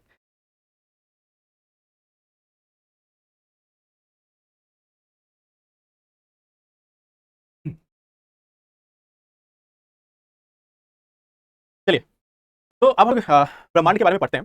और देखो, ये जो टॉपिक है इससे क्वेश्चंस बहुत आएंगे। क्वेश्चंस इसलिए आएंगे, इसके पीछे का कारण समझो। अगर आप यूपीएससी के एग्जाम में अगले 2-3 सालों में जा रहे हो, तो अभी जो है एक हमारे जो पूरा जो एंटायर ब्रह्मांड है उसमें एक या हमारा जो ये पूरा जो सूरज का जो सिस्टम है, सोलर सिस्टम जो है, इस सोलर सिस्टम में एक फेज आता है, जिसको हम सोलर साइकिल के रूप में जानते हैं। सोलर साइकिल के रूप में, सौर चक्र के रूप में उसको जाना जाता है। सोलर साइकिल या सौर चक्र जाना जाता है। और इस सौर चक्र के दौरान, सोलर साइकिल के दौरान क्या होता है, ये लगभग 11 साल का होता है। लगभग 11 साल का एक सौर चक्र होता है। सौर चक्र जो है वह 11 साल का लगभग होता है। और इस सौर चक्र में देखने को क्या मिलता है कि इस समय में सूरज से बहुत ही अधिक मात्रा में प्लाज्मा क्या होता है या कैसे होता है इसके बारे में पढ़ेंगे। बट इससे याद रखना कि सूर्य से बहुत अधिक मात्रा में ऊर्जा निकलेगी और वह पूरा जो सौर प्रणाली है उस पूरे सौर प्रणाली में फैलेगी, पूरा जो सोलर सिस्टम है उसमें फैलेगी, और यह पृथ्वी तक भी आएगी। जब यह पृथ्वी तक आती है तो इसके बहुत सारे परिणाम देखने को मिलते हैं। 2022 में यूपीएससी ने एक क्वेश्चन पूछा था 2022 के प्रीलिम्स में, और ठीक उसके पहले एक घटना हुई थी। 2022 के फरवरी महीने में एक कंपनी है स्पेसएक्स। आप सभी ने एलन मस्क का नाम सुना होगा। एलन मस्क जो है उनका नाम आप सबने सुना होगा, काफी फेमस व्यक्ति हैं। तो एलन मस्क की एक कंपनी है स्पेसएक्स। दुनिया में अंतरिक्ष से संबंधित सबसे बेहतरीन कंपनी आप बोल सकते हो, या फिर सबसे बड़ी कंपनी के रूप में जाना जाता है स्पेसएक्स को। इसकी दुनिया की सबसे पावरफुल रॉकेट है जिसका नाम फाल्कन 9 है। तो इस स्पेस एक्स ने एक प्रोग्राम लॉन्च किया हुआ है, उसका नाम है प्रोजेक्ट स्टारलिंक। एक प्रोजेक्ट है प्रोजेक्ट स्टारलिंक, एक प्रोजेक्ट है प्रोजेक्ट स्टारलिंक। और इस प्रोजेक्ट स्टारलिंक के तहत पूरे पूरे अर्थ के अराउंड, पृथ्वी के चारों ओर लगभग हजारों की संख्या में उपग्रह छोड़ने का एक प्रयास है। हजारों की संख्या में उपग्रह लगाने हैं जो सैटेलाइट से वो लगे हैं। इसका सीधा सीधा काम यह है कि इसके द्वारा कई जगहों पर इंटरनेट की सुविधाएं जो है वह सैटेलाइट के माध्यम से प्रदान की जाएगी, और इसी के लिए स्टारलिंक प्रोजेक्ट जो है वो चलता है। अब इस स्टारलिंक प्रोजेक्ट के फरवरी 2022 में एक साथ लगभग 40 से अधिक जो उपग्रह हैं उनको लॉन्च किया गया था। 40 से अधिक उपग्रहों को उस समय लॉन्च किया गया था। और जब ये अपने ग्रह में स्थापित होने के लिए जा रहे थे, जब इनको रॉकेट से लॉन्च किया गया, जब ये अपने ग्रह में स्थापित करने के लिए जा रहे थे, तो उसमें से अधिकतर जो उपग्रह हैं वह अपनी कक्षा में नहीं पहुंच पाए और नष्ट हो गए। तो जो लगभग 40 के आसपास में उपग्रह, किसी भी कंपनी का 40 के आसपास में उपग्रह अगर नष्ट हो जा रहा है तो उसके लिए एक भारी क्षति है। और ये 40 उपग्रह क्यों नष्ट हुए? क्योंकि उस समय में सौर ऊर्जा बहुत ही तेजी से पृथ्वी की ओर आ रही थी। सौर हवाएं या सौर सुनामी और इससे संबंधित बाकी जो चीजें होती है उसको भी हम लोग पढ़ेंगे। तो सौर ऊर्जा बहुत ही तेजी से पृथ्वी की ओर आ रही थी, और इसके कारण यह जो उपग्रह हैं या जो सैटेलाइट है वह डिस्ट्रॉय हो गए, नष्ट हो गए। तो इसके कारण आने वाले कुछ दिनों में, ये जो अगला जो 4-5 साल है या 2030 तक का समय है, 2030-31 तक का जो समय है, यह वह समय है जब यह सौर चक्र जो है वो अपने पीक पे होगा, अपने चरम पर होगा। और जब यह चरम पे होगा और अधिक मात्रा में सौर ऊर्जा जो है वो पृथ्वी की तरफ और ग्रहों की तरफ आएंगे, और इस समय में गर्मी भी बढ़ेगी। इसी समय में हमारे बाकी जो उपग्रह हैं जिसकी संख्या हजारों हजारों में है, उन सभी उपग्रहों पर कुछ ना कुछ असर पड़ सकता है। हमारी जो पूरी संचार व्यवस्था है, पूरी जो संचार प्रणाली है, इससे प्रभावित हो सकती है। पूरा कम्युनिकेशन सिस्टम, नेविगेशन सिस्टम इससे इंपैक्टेड हो सकता है। तो इसी के लिए यूनिवर्स से संबंधित सवाल आने की जो चांसेज है, जो संभावनाएं हैं, वो अधिक है। तो इस यूनिवर्स के बारे में हम लोग जानने की कोशिश करते हैं। कैसे डिस्ट्रॉय हुआ, कैसे नहीं हुआ, ये सभी चीजें हम लोग देखेंगे। आप उसके लिए परेशान ना हो, इसको हम लोग देखेंगे। तो बात करते हैं ब्रह्मांड के बारे में कि आखिर ये जो हमारा यूनिवर्स है, ये हमारा ब्रह्मांड है, वो कब से स्टार्ट हुआ, कहां से स्टार्ट हुआ, कहां पहुंचा, कहां से स्टार्ट हुआ, कैसे पहुंचा। तो माना क्या जाता है कि लगभग 13.6 बिलियन साल पहले, 13.6 बिलियन साल पहले, 13.6 बिलियन साल पहले एक विस्फोट हुआ। कहां हुआ, कैसे हुआ, इसको लेकर अलग अलग थ्योरीज हैं। लेकिन माना यह जाता है कि पहले जब कुछ एक बिंदु थी, एक पॉइंट था, और उस पॉइंट पे बहुत ही बड़ा विस्फोट हुआ। पहले कुछ भी नहीं था, जहां से हमें यूनिवर्स की नॉलेज है, जहां तक हम यूनिवर्स को अभी तक समझ पाए हैं। बोला जाता है कि पैरेलल यूनिवर्स भी हो सकता है, यानी जो हमारा जो ब्रह्मांड है उसके समानांतर कोई और ब्रह्मांड भी हो सकता है कुछ और ब्रह्मांड भी हो। अब एक चीज देखो, अभी जितने लोग चैट कर रहे हैं उनसे भी मैं बोलूंगा कि बहुत ध्यान, ब्रह्मांड को आप बहुत अच्छे से जानने की जरूरत है। तो 13.6 बिलियन साल पहले, 13.6 बिलियन साल पहले एक पॉइंट सोर्स था, एक बिंदु के आकार का एक सोर्स था, एक स्रोत था, और उसी स्रोत में एक बहुत ही बड़ा विस्फोट हुआ, बहुत ही बड़ा विस्फोट हुआ। और जिस विस्फोट को नाम दिया गया बिग बैंग, जिस विस्फोट को बिग बैंग, इस विस्फोट का नाम दिया गया बिग बैंग। और इस विस्फोट से सभी चीजों का निर्माण हुआ, सभी चीजों का यहीं से निर्माण हुआ। पूरा जो हमारा ब्रह्मांड है, पूरा जो हमारा यूनिवर्स है, वो इस बिग बैंग से बना। इस बिग बैंग के कारण कई चीजें बनी, कई चीजों में मौजूद था सारे तारे, कई ग्रह, कई उपग्रह, क्षुद्र ग्रह, धूमकेतु, और इसके साथ साथ कुछ और चीजें जैसे कि डार्क मैटर, जैसे कि डार्क एनर्जी, जैसे कि एंटी मैटर। इस बिग बैंग के दौरान मैटर और एनर्जी यानी कि पदार्थ और ऊर्जा, इन दोनों का, यह दोनों जो है वह इसी समय में उत्पन्न हुए, पदार्थ ऊर्जा।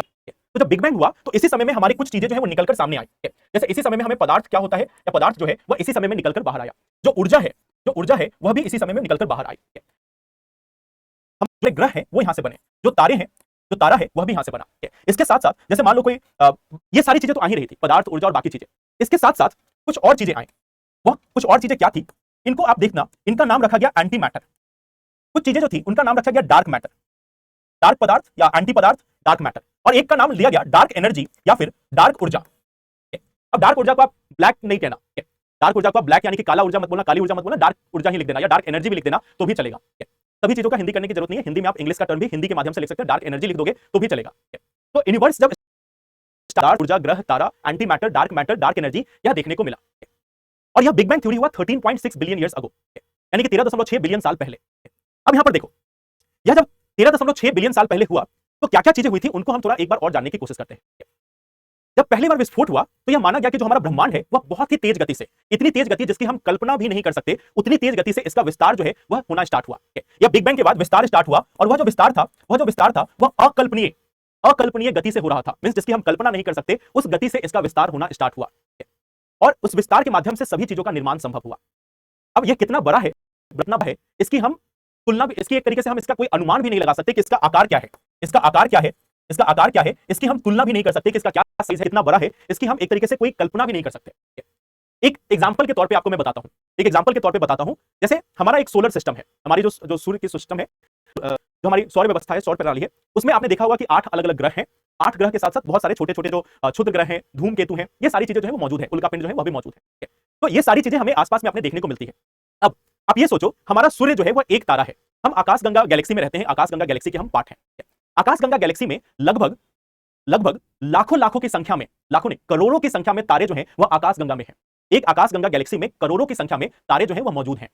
और इस प्रकार के आकाशगंगा के तरह के करोड़ों करोड़ों गैलेक्सी जो है वह मौजूद है। आप सोच कर देखो, हम एक सोलर सिस्टम से बाहर नहीं निकल पाए हैं। हम अपने एक जो ब्रह्मांड, हमारे ब्रह्मांड का एक जो छोटा सा टुकड़ा है, जो हमारा सूरज का जो सिस्टम है, सोलर सिस्टम जो है, उस सोलर सिस्टम के जो 8 ग्रह हैं उसके बाहर का हमें नहीं मालूम। उसके बाहर निकलने में हम अभी कामयाब नहीं हो पाए हैं। और आप ये सोचकर देखो कि ग्रह, सॉरी, एक तारा है सूरज, और इस तारे के जैसे आकाशगंगा जो गैलेक्सी है, मिल्की वे जो गैलेक्सी है, इस आकाशगंगा में लगभग ऐसे करोड़ों तारे जो हैं वह देखने को मिलते हैं। और आकाशगंगा जैसी करोड़ों गैलेक्सी जो है वह हमारे ब्रह्मांड में मौजूद है। तो आप सोचो, इन करोड़ों करोड़ों गैलेक्सी में कई करोड़ तारे होंगे, और उन कई करोड़ तारों में कई प्लैनेट्स होंगे, कई ग्रह होंगे।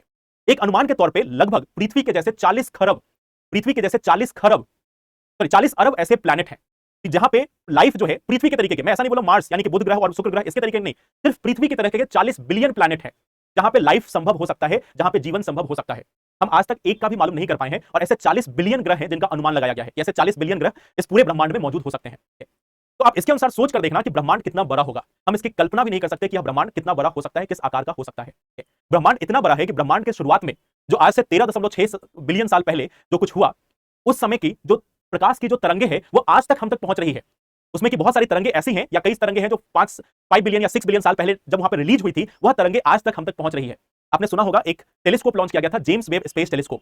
इस जेम्स वेब स्पेस टेलीस्कोप के माध्यम से हम आज से कई अरबों साल पहले हुई घटनाओं को देख पा रहे हैं। कैसे देख पा रहे हैं? क्योंकि उस समय जो लाइट चलना स्टार्ट हुई थी वो अब हम तक पहुंच रही है। लाइट जिसकी स्पीड होती है 3 लाख किलोमीटर प्रति सेकंड, लाइट 3 लाख किलोमीटर प्रति सेकंड की स्पीड से चलती है। यानी जिस समय हम बोल रहे हैं उस समय लाइट जो है वो कई लाखों लाखों किलोमीटर चली गई होंगी। एक मिनट के अंदर में आप सोच के देखो लाइट कितनी दूर चली जाती है। लाइट की स्पीड है 3 लाख किलोमीटर पर सेकंड। पृथ्वी जो है, पूरी पृथ्वी जो है, उसका डायमीटर है 12,800 किलोमीटर। यानी कि पृथ्वी से लाइट को पास करने में 1 सेकंड का भी टाइम नहीं लगेगा। पृथ्वी का जो पूरा जो डायमीटर है वह है सिर्फ 12,800 किलोमीटर। पूरे पृथ्वी को पार करने में लाइट को 1 सेकंड का फ्रैक्शन लगेगा। और तब आप सोचकर देखो कि इस पूरे ब्रह्मांड से जो कई अरबों साल पहले जो इवेंट हुए हैं वहां से लाइट अभी तक पहुंच नहीं पाई है, तो वो हमसे कितने दूर हैं। वो हमसे कितने दूर हैं, आप इसकी कल्पना करो कि वहां से लाइट अभी तक पहुंच नहीं पा रही है, अब पहुंच रही है, और हम उसको देख पा रहे हैं कि इतने अरबों साल पहले कहां पे क्या हुआ होगा। तो ये हमारे ब्रह्मांड का साइज है, इसके आकार की हम कल्पना भी नहीं कर सकते।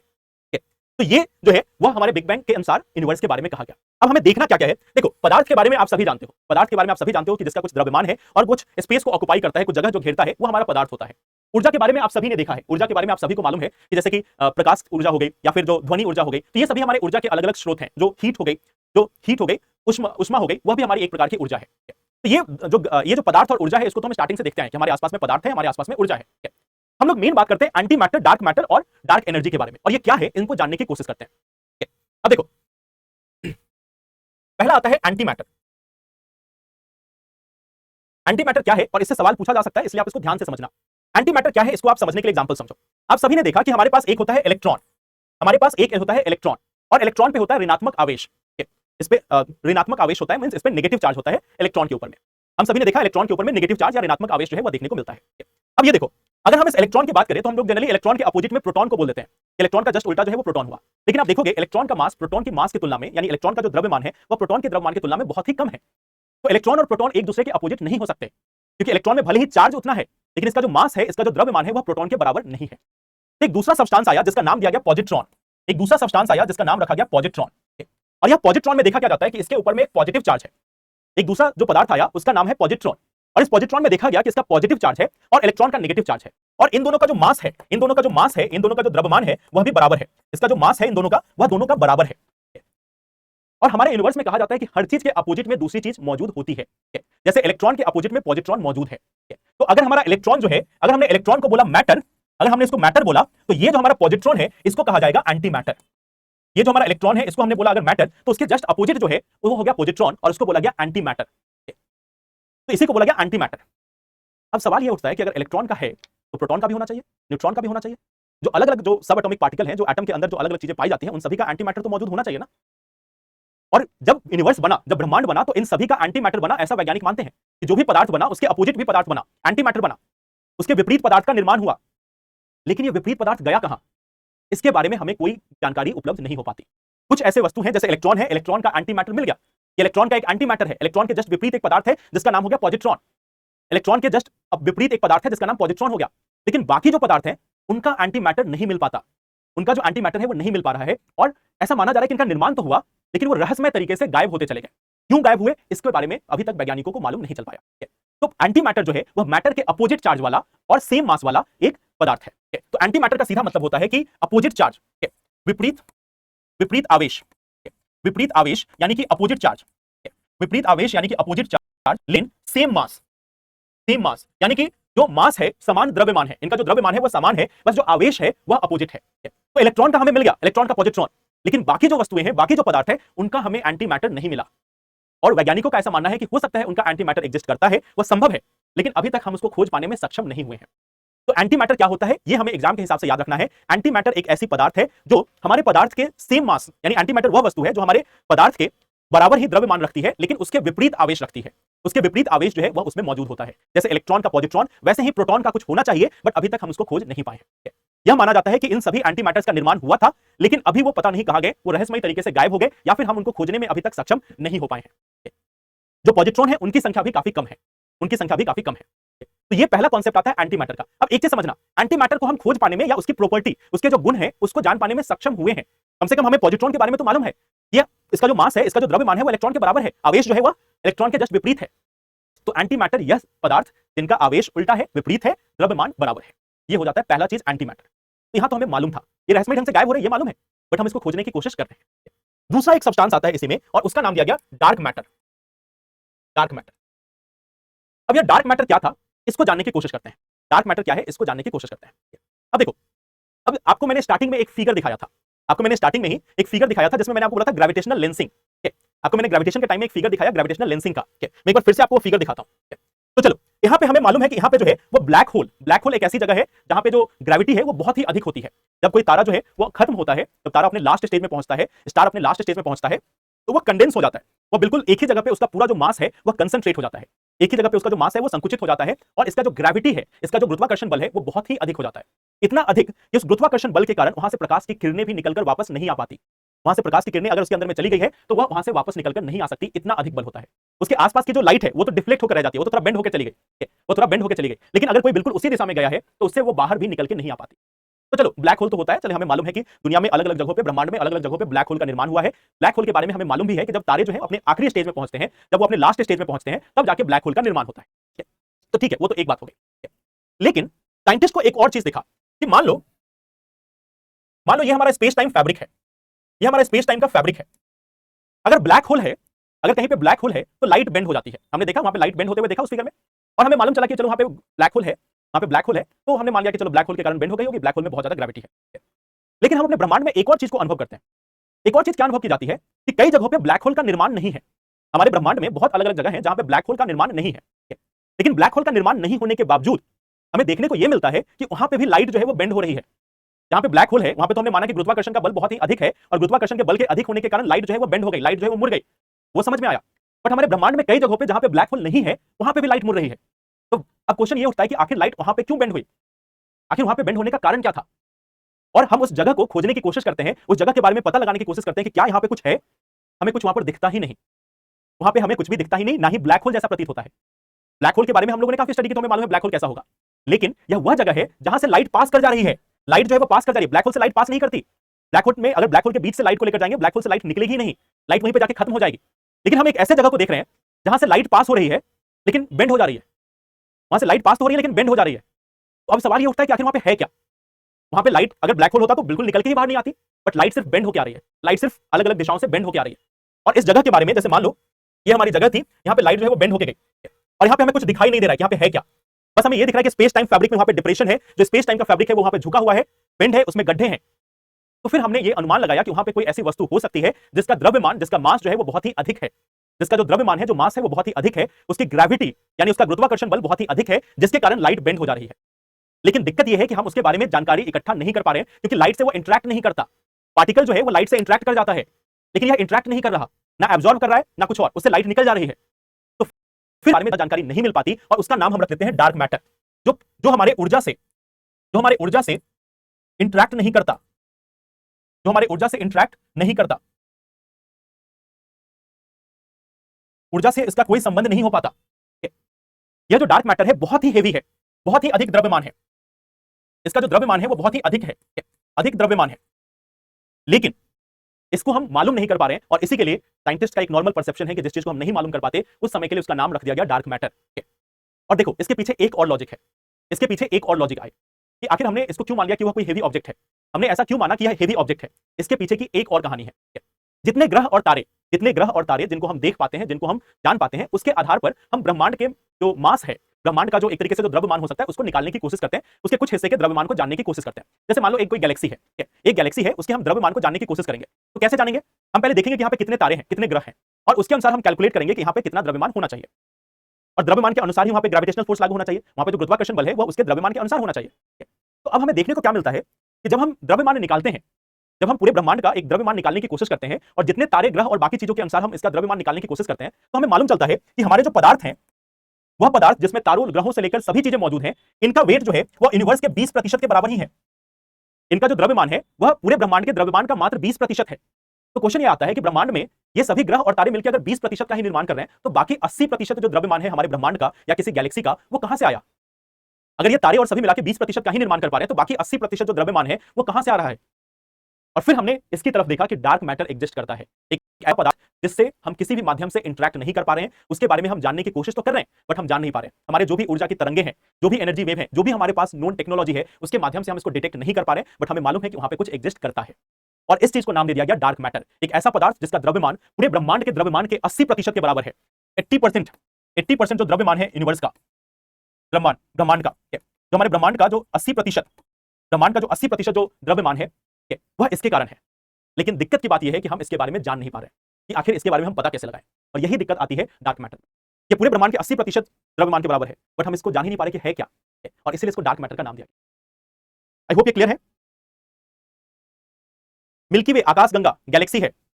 गैलेक्सी का मतलब होता है तारों का एक जो समूह है, उसको गैलेक्सी कहा जाता है।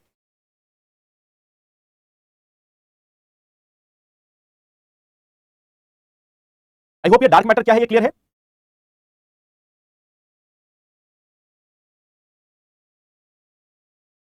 डार्क मैटर हमारे पूरे ब्रह्मांड का वो एक हिस्सा है जिसका द्रव्यमान बहुत ही अधिक है। पूरे ब्रह्मांड के 80% द्रव्यमान के लिए यह डार्क मैटर जो है वह जिम्मेदार है। लेकिन हमारे जो भी टेक्निक्स हैं, जैसे रेडियो वेव हो गए, इलेक्ट्रोमैग्नेटिक वेव हो गए, उन सभी के माध्यम से हम इसका डिटेक्शन कर पाने में संभव नहीं है, इसको ज्ञात कर पाना संभव नहीं है,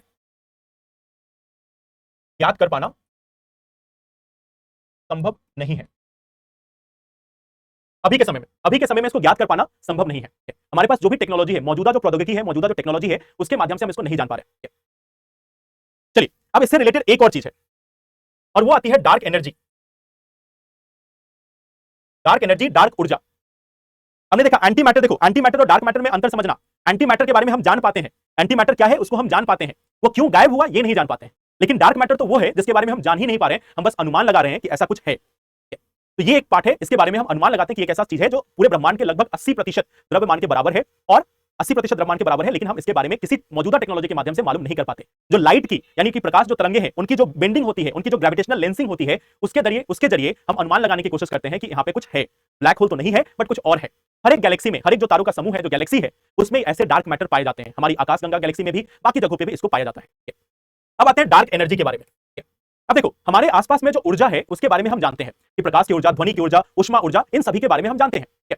और हमें मालूम है कि बिग बैंग हुआ, हमने सबने देखा कि एक बिग बैंग हुआ, बिग बैंग से ब्रह्मांड का विस्तार स्टार्ट हुआ।